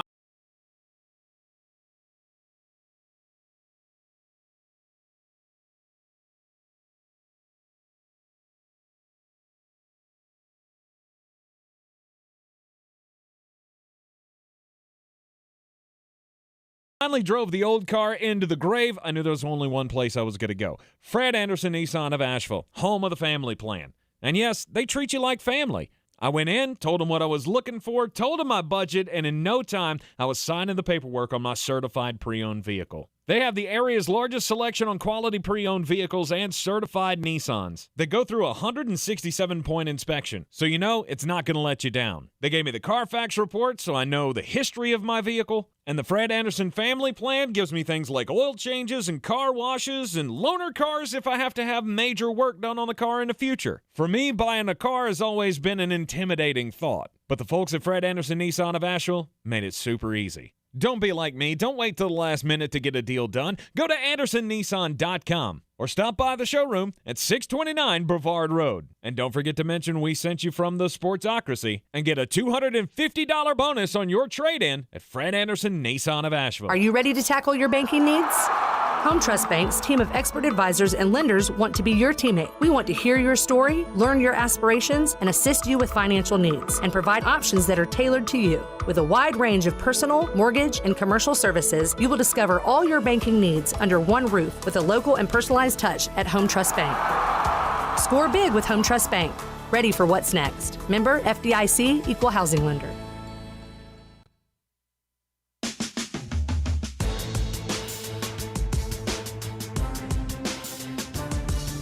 The Sportsocracy. Ice up, son. Ice up. All right, we are back in Sportsocracy, fresh off of Jeremy's L in the Daily Draft. Yeah. Welcome, everybody. Welcome, everybody, into the program. If you are just joining us, yes, Jeremy has taken it on the chin in the Daily Draft for trying to suggest that Kenny Pickett has any shot of winning Rookie of the Year this year. Well, Vegas tends to agree with me because he's the second most likely player to win Rookie of the Year actively. Yeah, you know who else was number 2 in the Rookie of the Year last year all throughout the season? Mac Jones. And how close did he come? He finished second. Yeah, by like a billion votes shy of Justin Jamar Chase. I got news for you. There's not a receiver in this class that's going to put up Jamar Chase numbers. No, but I don't and they're all good. Don't get me wrong. I don't think you got to put up Jamar Chase or Justin Jefferson type numbers to beat Kenny Pickett. Yeah, and watch him come in and win games for Pittsburgh, and everybody lose their mind and go, "Oh, he's the quarterback of the future." You said a game wrong. I'm just saying. Ain't nothing you've seen out of that team that makes you believe they're going to win more than 2 or 3 games the rest of this season. Nothing. It was that was called a flyer because I think we had both already taken the winners. Yeah, absolutely. Anyhow, speaking of winners, there are some more teams that need wins in college football this weekend, and there's a slew of them that are going to be involved in the bangers tomorrow. One of them just fired their head coach, and maybe you get the bounce back. I did hear. I heard Jones Angell mention the fired coach bounce back with Georgia Tech. It happened with Georgia Tech last week as they beat Pittsburgh, and that was the out of left field win of last week. But it doesn't always happen. It often does. In Wisconsin, can they do it this week? They play Northwestern, so it wasn't like they were tasked with beating a team at the top of their conference. No, Northwestern, who is coming off a week where they unveiled their new $800 million football facility that houses 32,000 fans. Oh, wait. But Wisconsin firing Paul Chryst, I did not see that coming. I had been hearing that was a thing. He has not recruited well. No. And they knew. Did you realize he didn't even have a recruiting department? No. You knew that? Mm-hmm. Okay. Oh, it came out when he got fired. Yeah. No, this is not how this is supposed to go. Like Paul Chryst was always a guy that kind of struck me as he thought he was smarter than he was. Mm-hmm. And when you have one of the most valuable assistants in all of college football on your staff, that makes you quite, what's that word is looking? Expendable. And that's what they expendabled him. And Jimmy Leonard, pride of the New York Jets. Let's go, former Jet, getting his chance. And he will be the future coach there, and he will be real good. Oh, you think he gets the interim tag removed? No doubt. That's why they did it in the middle of the season. Mm-hmm. Because they knew if we let this fester and we wait till the end of the year, somebody will come in and hire him away from us. Okay. And Jim Leonard will be there until the end of time. Well, hopefully he understands how important a recruiting process is. Everything I've been told, I think he does. I got a lot of Jet fan friends that really like Jim Leonard. Mm-hmm. I mean, to get blown out by Illinois is bad. Especially when they're coached by your not formerly fat head coach, Brett Bielema. Right. He's on that Ben McAdoo diet. I think Brett Bielema gains about 14 pounds a week. It's the seafood diet. He's on the exact same, the opposite journey that you and I are on with PhD weight loss. That's right. You need to lose a lot of weight? Get with PhD Weight Loss. MyPhDWeightLoss.com is the website that helped me lose over 90 pounds. And I've never felt better. I mean, obviously, it goes to say, you lose 90 pounds, you're going to feel better than you did. But it's amazing to me how much more inspired I am to live out the rest of my days as a healthier guy rather than just, throwing caution to the wind and eating everything in sight like I used to. And PhD is not just for people that have to lose a copious amount of weight. I didn't have a ton of weight to lose. I just had to change the way I thought about food. I had always been athletic in most of my adult years. I had just gotten really lazy. Fast food was easier. PhD taught me all of the tips and plan and strategy to eat healthier, get healthier, and now just 9 months on the plan, I'm back to my high school weight, and it's all thanks to the plan and program of PhD Weight Loss. And the health coaches there can help you find that thing. Like, rather than falling back on food as your security blanket, they'll help you find something else, something healthier to put you down the path of a healthier life. Go to myphdweightloss.com today. PhD Weight Loss is the official weight loss program of the Clemson Tigers and their fans. And I highly suggest the program to everyone, whether it be Ben McAdoo, Brett Bielema. or Brett Bielema. Brett Bielema's looking a little hypertensive. Or, you know. And that's with a good Illinois team. Firing Paul Chryst was kind of out of left field for me. But now that we're seeing all of the stories about the recruiting and his little halftime speech at the Illinois game, did you hear about that? Yep. Like, he gathered everybody around and was like, this is when we draw the line in the sand. And then you got spanked 34-10. Congratulations. 68 yards of offense in the second half. The days of Paul Chryst are done. That old school football coach, that's done. Yep. That dies with Nick Saban. Weird. Look at who wins now. Dabo Swinney, he wins. Kirby Smart wins. I'm not going to say they're Johnny Rah-Rah guys, but they're kind of Johnny Rah-Rah guys. Mm-hmm. Not my personal, not exactly what I want, but that's where it's at. That is where it's at. That's what you got to do to connect with today's recruits in this NIL transfer happy world. I mean, and this is the way it's going to go. This is the reason that there's quietly a bidding war happening for Deion Sanders as we speak. Do you not find it odd that we've had 5 coaches fired through 5 weeks of the college football season? Everybody's going Week after 6 Deion. starts tomorrow. No, they're going after the few guys that really can change a program. Look at USC. USC went from the dumpster fire of Clay Helton to Lincoln Riley. Mm-hmm. Guess what? They're going to be in the playoff just exactly like I told you they would be. Oh, yeah, they play this weekend too.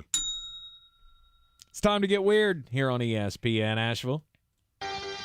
On the weird scale, there's Vegas, there's Florida, and there's Asheville. Let's get weird, Asheville. Nope. Okay, well, you threw One job. You threw a curveball at me this week, and One job, 3 shut buttons. up. All right, fine. Hit the right button in the right fine. time. How about this one? Hey, most important message of the day. Don't do crimes. Don't do crimes. Don't screw up the intros there, Tank. What's wrong with you? 400 buttons on my side, 3 on his. Oh, Throwing that out there. Stop that. It is time for the most important message of the day, and it is... Don't do crimes. Don't do crimes. Well, look, Darrell Brooks did crimes. It's well known what Darrell Brooks's crimes were. He was the guy that drove an SUV into a parade in Waukesha, Wisconsin last November and killed 6 people. Obviously, crimes don't do crimes. But if you do crimes, it's probably a good idea not to do further crimes when you go to court. Because the trial started 3 days ago. He's been kicked out of court every single day. Exactly. He is just making a complete mockery of the entire process here to where Judge Jennifer Doro, she can't control him. Like, she's tried to help him at every stage. Like, he showed up first day of court in the orange jumpsuit from the jail. And she said, would you like to go put on a suit? Because once we start this whole process and the jury comes in and everything, it's going to go better for you if you're actually in a suit. It'll help you plead your case better. He goes, nah, I'm good. Everybody knows I'm in jail, so what's the point of wearing a suit? She goes, oh okay. Hey, counselors, you want to plead his case? He goes, no. I'm firing all of them. I'm firing all of my representation. I am going to, I'm going to represent myself. And the judge said, you really shouldn't do that. There's a pretty good staff on the other side of, the prosecution, and you're not going to be able to do this on your own. You should probably not do that. I don't care. And every turn over the last 3 days, he has done something to get kicked out of court. Either he will not abide by the dress code, like he's stripped his shirt off. Mm-hmm. And the annoying thing is that since he is representing himself, he has to be present for the proceeding. Yes. So they have to put him in an adjoining room with a closed-circuit television where they have to mute his microphone. Right, because he won't stop talking. There was one point in the proceedings where the judge was talking to him and said, do you realize that you're facing 77 charges? And he goes, no, I don't understand. Do you understand you're facing criminal charges? No, I don't. Like, he's just playing dumb. He's playing for an insanity defense, and it's not going to work. It's not going to work. It's not going to work because she has already said he is fully competent to stand trial. He's an intelligent man. He's just doing this to cause problems in court. This is not the first time that this little song and dance has happened. And it's really irritating that there's no way to go, okay, just take him out. Right. We can do this without you. We don't need you here. Right. She was reading the jury instructions. He had already been kicked out of the room at this point and put on mute. So he had a little paper that he put up in front of the screen that just said, objection. To the instructions to the jury? Yeah, this is one of those times, I understand due process. Let's just, we can stop this. We can stop this. Guilty. A Florida woman has been charged with murder after stabbing her sister to death. Oh. Her name is Fatiha Marzan. She's a 21-year-old.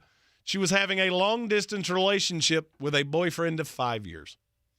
Apparently, the boyfriend had flirted with her 20-year-old sister, whose name is Seema Marzan, and had gotten to the point that he told her that he loved her. Well, apparently, she found out. She found out sometime in the beginning of September, which led her to order a knife set off of Amazon and hide it in the closet that the two shared until she got her opportunity. Wow. That happened on September 26th, and she stabbed her sister in the heart 4 times, then called 911 to tell them what she had done, and sat on the curb and waited for the police to come and arrest her. Wow. No person's worth that. No. Nobody. Don't do crimes. Who cares? If your long-distance boyfriend, who, by the way, she had never met, that was buried. Oh, no. That was buried at the bottom of the story. If maybe they show interest in somebody else, maybe just move on. A lot of fish in the sea. Don't do crimes. Yikes. Especially your sister. That's insanity. There you go. Insanity plea. Right there. Nope, not gonna do it. Nope. Premeditation with the ordering of the knives on Amazon. When you wait 3 weeks, that kind of says, you knew exactly what you were doing. Wow. Man, this world just keeps us chock full of content. You are in the Sportsocracy here on ESPN Asheville, 92.9 FM, 880 AM, and 1400. We'll have more football up next. This is your Exergen Temporal Scanner weather forecast on ESPN Asheville. Cool nights, pleasant afternoons, and getting cooler for the weekend. It's going to be a true fall weekend here in Asheville coming up with highs Saturday and Sunday in the 60s. And in the valley, we'll see some 30s for low temps here coming up this weekend. We're down to 45 tonight, mostly sunny Friday, high 75. Mainly a dry cold front comes in Friday night and cools our temperatures with northwest winds Saturday, high 63, low 40. I'm meteorologist Scott Larimore. That's the latest Weather Channel forecast. This is your time saver traffic on the new ESPN Asheville. 26 westbound is stop and go between Asheville Highway and Long Shoals. We're also looking at westbound delays on 240 between Tunnel Road and Montford. Westbound I-40 is heavy between 26 and George's Branch Road. 112 northbound is stop and go between Brevard Road and Sand Hill, with northbound delays on 191 between Long Shoals and Blue Ridge Parkway. I'm Jack Wiley with your time saver traffic. This report is sponsored by Liberty Mutual Insurance, where you only pay for what you need. Nobody should have to pay for one-size-fits-all insurance coverage. Liberty Mutual customizes your car and home insurance so you only pay for what you need. Visit libertymutual.com to learn more. This week on the Buncombe County Game of the Week, TC Robertson pays a visit to Asheville with crucial playoff seeding on the line. You'll want to catch Sports Tank Friday at 6 and the Bojangles Countdown to Kickoff at 6:30. On AM 1400 and TuscolaRadio.com, the 6-0 Mountaineers continue their run for perfection against East Henderson. Don't miss the Mountaineer pregame show at 7 and kickoff at 7:30. Western North Carolina's best high school football coverage is on 570 WWNC and ESPN Asheville. Since man created roads, they've been looking for ways to get off-road and vehicles to take them there. That's where Outlaw Off-Road comes in. A premier off-road center for Jeeps, trucks, and SUVs with a complete lineup of off-road and overland services, including maintenance and repair to make your vehicle all that it can be. Check out their location right here in Western North Carolina at 85 Avery Creek Road. Call them today at 828-974-8480 or visit them on the web at theoutlawoffroad.com. At Ingles, whether we're celebrating Friday night rivals, televising college basketball games, bringing the Fan Fest to semi-pro soccer, or taking you out to the ball game at your minor league park, it's all in the bag. Ingles, low prices, love the savings. The season we've all been waiting for is here. No, not that one. The season of the Big Orange Tent is underway in Western North Carolina. The area's largest selection of Halloween costumes, decorations, and accessories is at the Big Orange Tent at the Asheville Mall. Halloween Express is your one-stop shop for adult and child costumes, superheroes, horror icons, inflatable suits. You can find it all under the Big Orange Tent at the Asheville Mall. 10 to 8 Monday through Saturday, 12 to 6 on Sundays.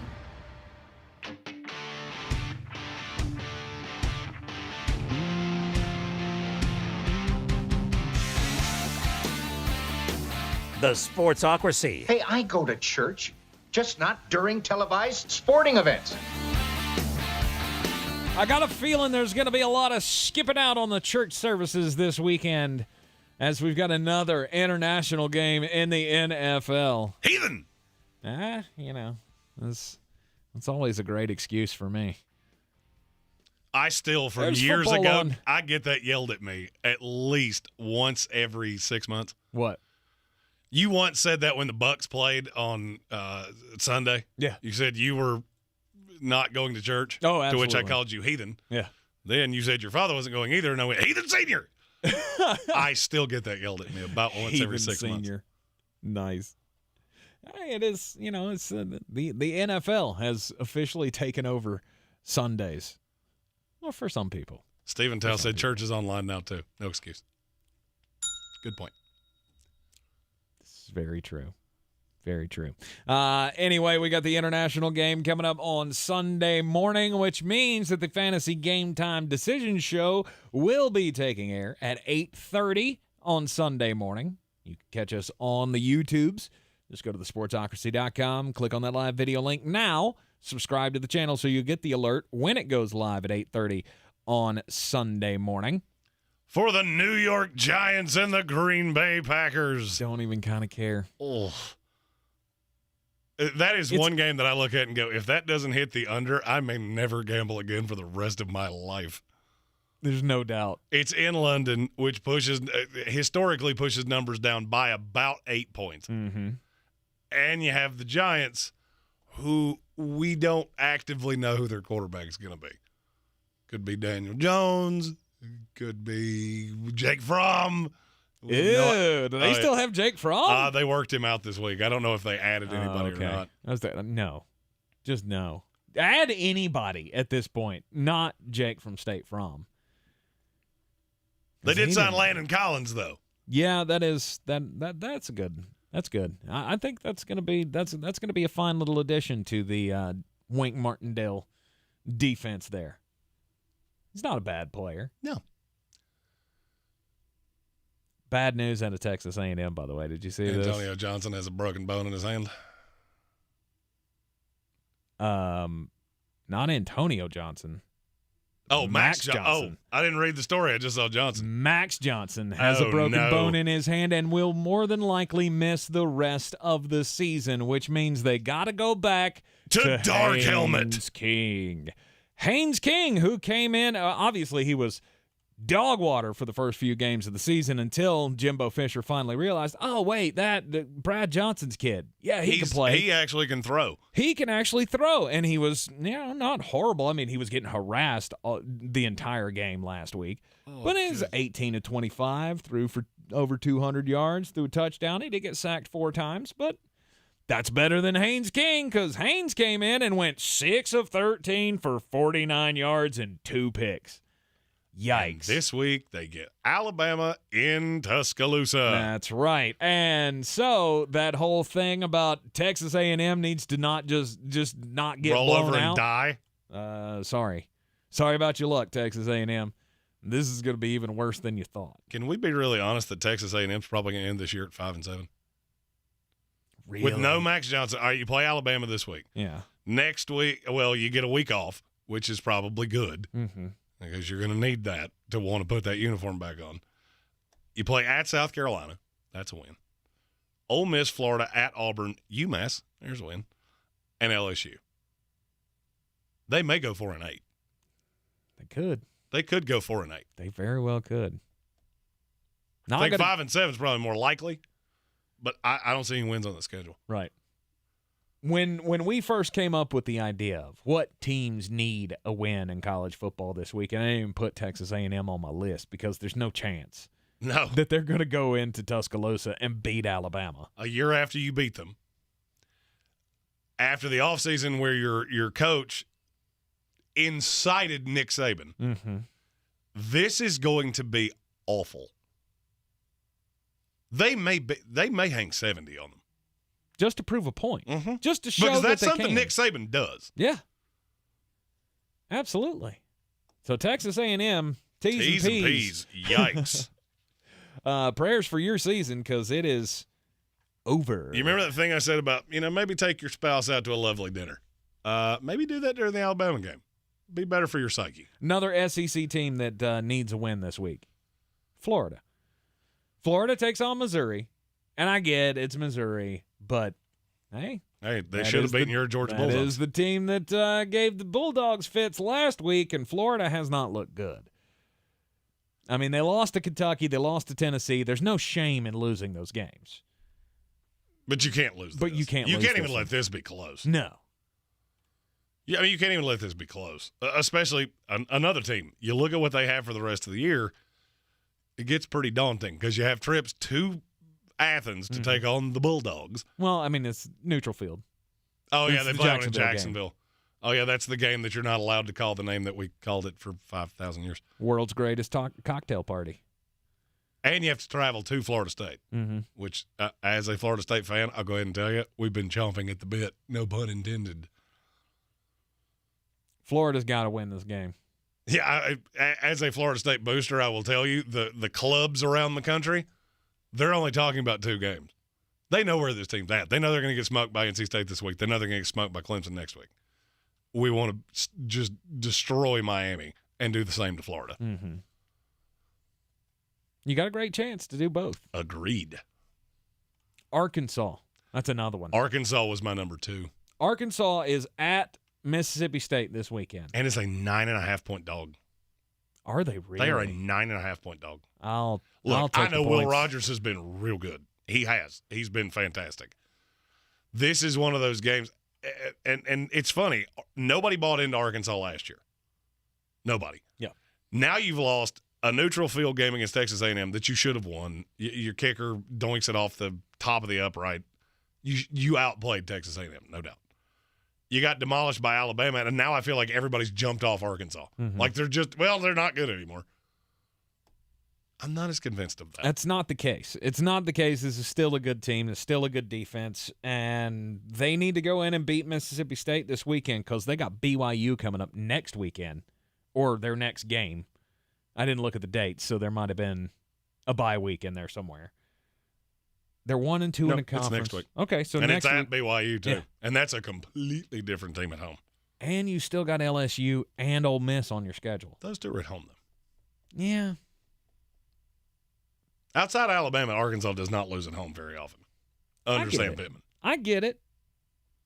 But do you not think, I mean, especially that Ole Miss game, do you not think Ole Miss comes in there and they'll be able to put it on them if Arkansas has a bad game. Ole Miss is very talented.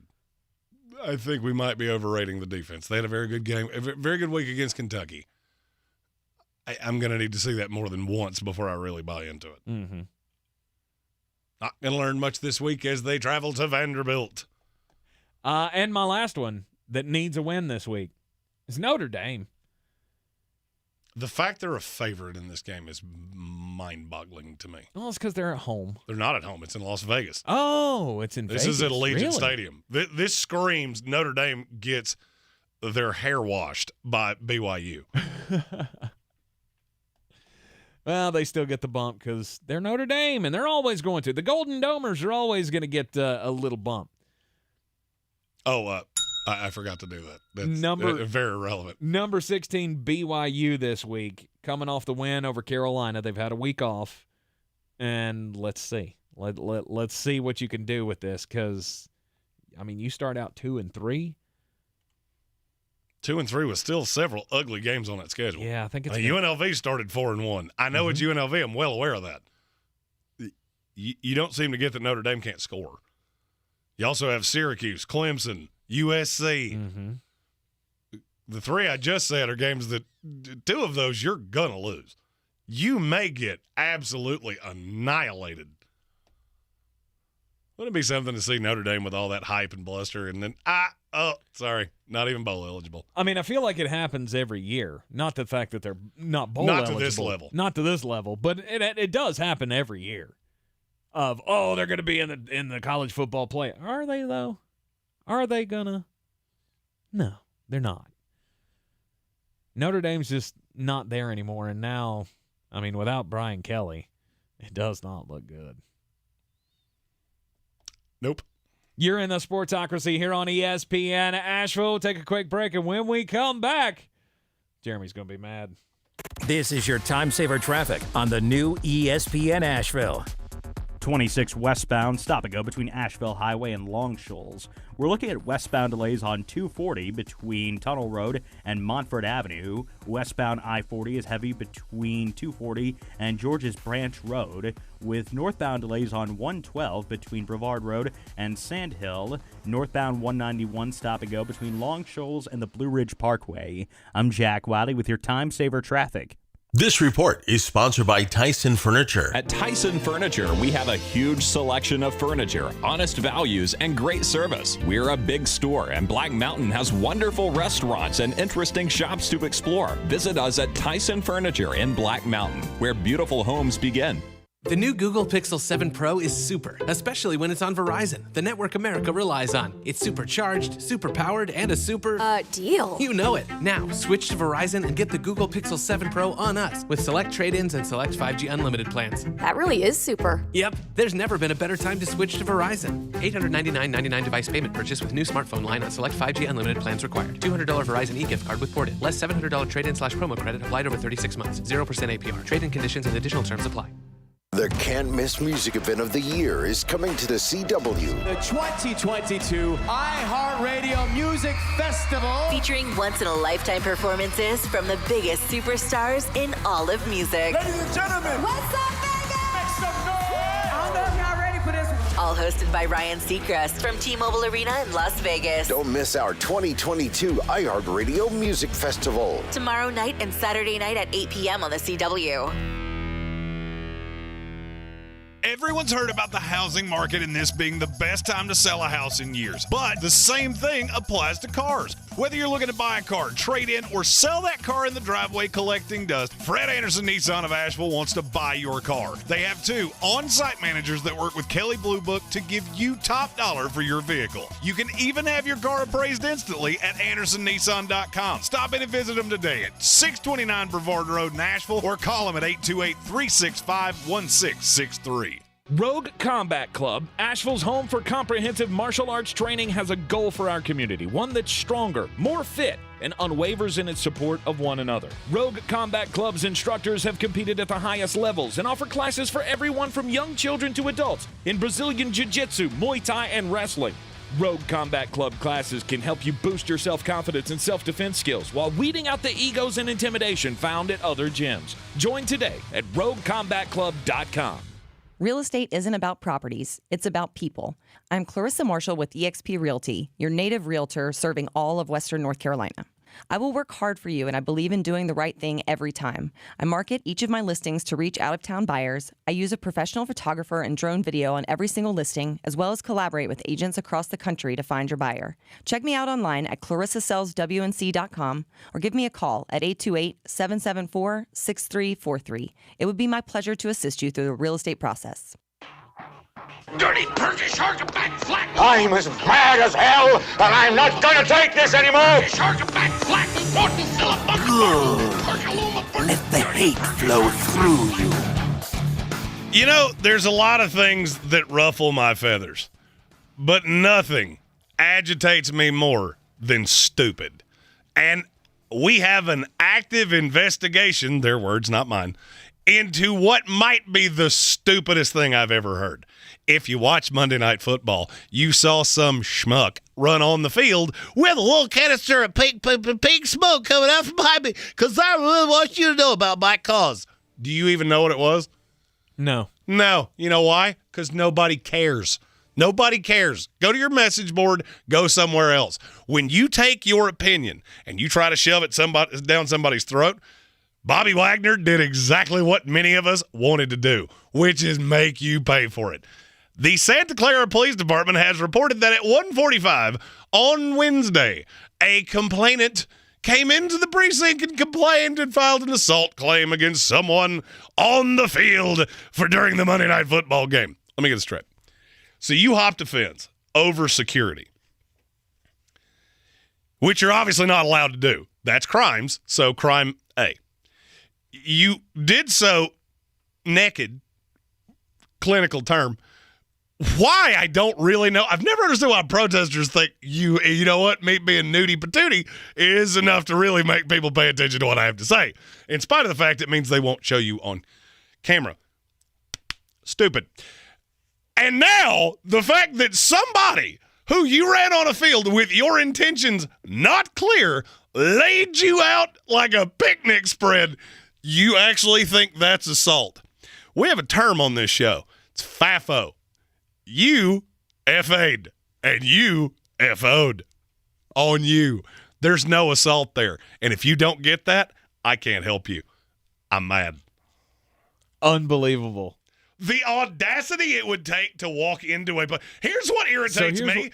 We have gotten into such a millennial, my opinion is valid and you have to listen to it state, that a cop actually looked at this person and didn't go, what are you, an idiot? Because I'm telling you right now, that would have been my response. Oh, I would have. 100%. What are you, some kind of dumb? So what you're trying to say is that you trespassed on private property, and then you got hit by someone who's supposed to hit people on that very field. Mm-hmm. Oh, okay. Yeah, case dismissed. We will see you later. As quite a large gent that has, coming up, sometimes man's got to throw a hand. You run at me. That's FAing. 100%. Don't be shocked when you FO. And there's no shot that Bobby Wagner sees anything from this. Well, I mean, look, it's California. So you don't just sweep this under the rug like, oh, well, nothing's going to happen. I wouldn't think so. I am here. Because all he's got to do is go, I didn't know what he had in his hand. It could have been something that was putting everybody in danger, and I wanted to stop it. I am here as a loyal member of the constituency of the United States of America.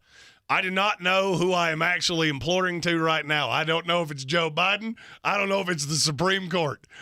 I ask for very little. But a constitutional amendment that says if you run on a football field, all bets are off. I'll vote for you. Yeah. I promise. Yeah. It could be just that. That's probably enough to get me to vote for you. Except in a few very obvious instances. It is the Sportsocracy here on ESPN. Asheville got Thursday Night Football tonight. Indianapolis Colts, Denver Broncos. If you watch more than 10 minutes of it, you probably have a gambling problem. We will be back with you tomorrow. It'll be a Football Friday. We'll have all your picks for the weekend. This is your Exergen Temporal Scanner weather forecast on ESPN Asheville. Cool nights, pleasant afternoons, and getting cooler for the weekend. It's going to be a true fall weekend here in Asheville coming up with highs Saturday and Sunday in the 60s. And in the valley, we'll see some 30s for low temps here coming up this weekend. We're down to 45 tonight, mostly sunny Friday, high 75. Mainly a dry cold front comes in Friday night and cools our temperatures with northwest winds Saturday, high 63, low 40. I'm meteorologist Scott Lariamore. That's the latest Weather Channel forecast. This is your time saver traffic on the new ESPN Asheville. 26 westbound is heavy between Asheville Highway and Long Shoals. We're also heavy on 240 westbound between Tunnel Road and Montford Avenue. 191 northbound is stop and go between Long Shoals and the Blue Ridge Parkway. We're also looking at eastbound volume on 240 between 19 Business and US 70 at exit 4. And look out for eastbound delays on 26 between 191 and Long Shoals. I'm Jack Wiley with your time saver traffic. This report is sponsored by KFC. Presented by Kentucky Fried Chicken $6 two-piece drum and thigh combo. For just $6, you get 2 pieces of juicy chicken, creamy mashed potatoes, a flaky biscuit, and a medium-iced cold drink. Order Kentucky Fried Chicken's new $6 two-piece combo now on the KFC app or at KFC.com. That's finger-licking good. If cleanliness is next to godliness, look around the car right now. Is that very godly? Look, life comes at you fast, but so does WNC Auto Detailing. They have the tools to make your interior look like it's coming off the showroom floor. You don't believe me? Check them out on Instagram. All that filth and years of stains disappear. WNC Auto Detailing does full interior and exterior details with paint correction, and they do wax and ceramic coatings. Call WNC Auto Detailing at 455-3700. Premium care with a Southern hospitality touch. From the Ingles Studios, this is ESPN Asheville, WPEK, W225CJ Fairview, WMXF Waynesville, and iHeart Radio.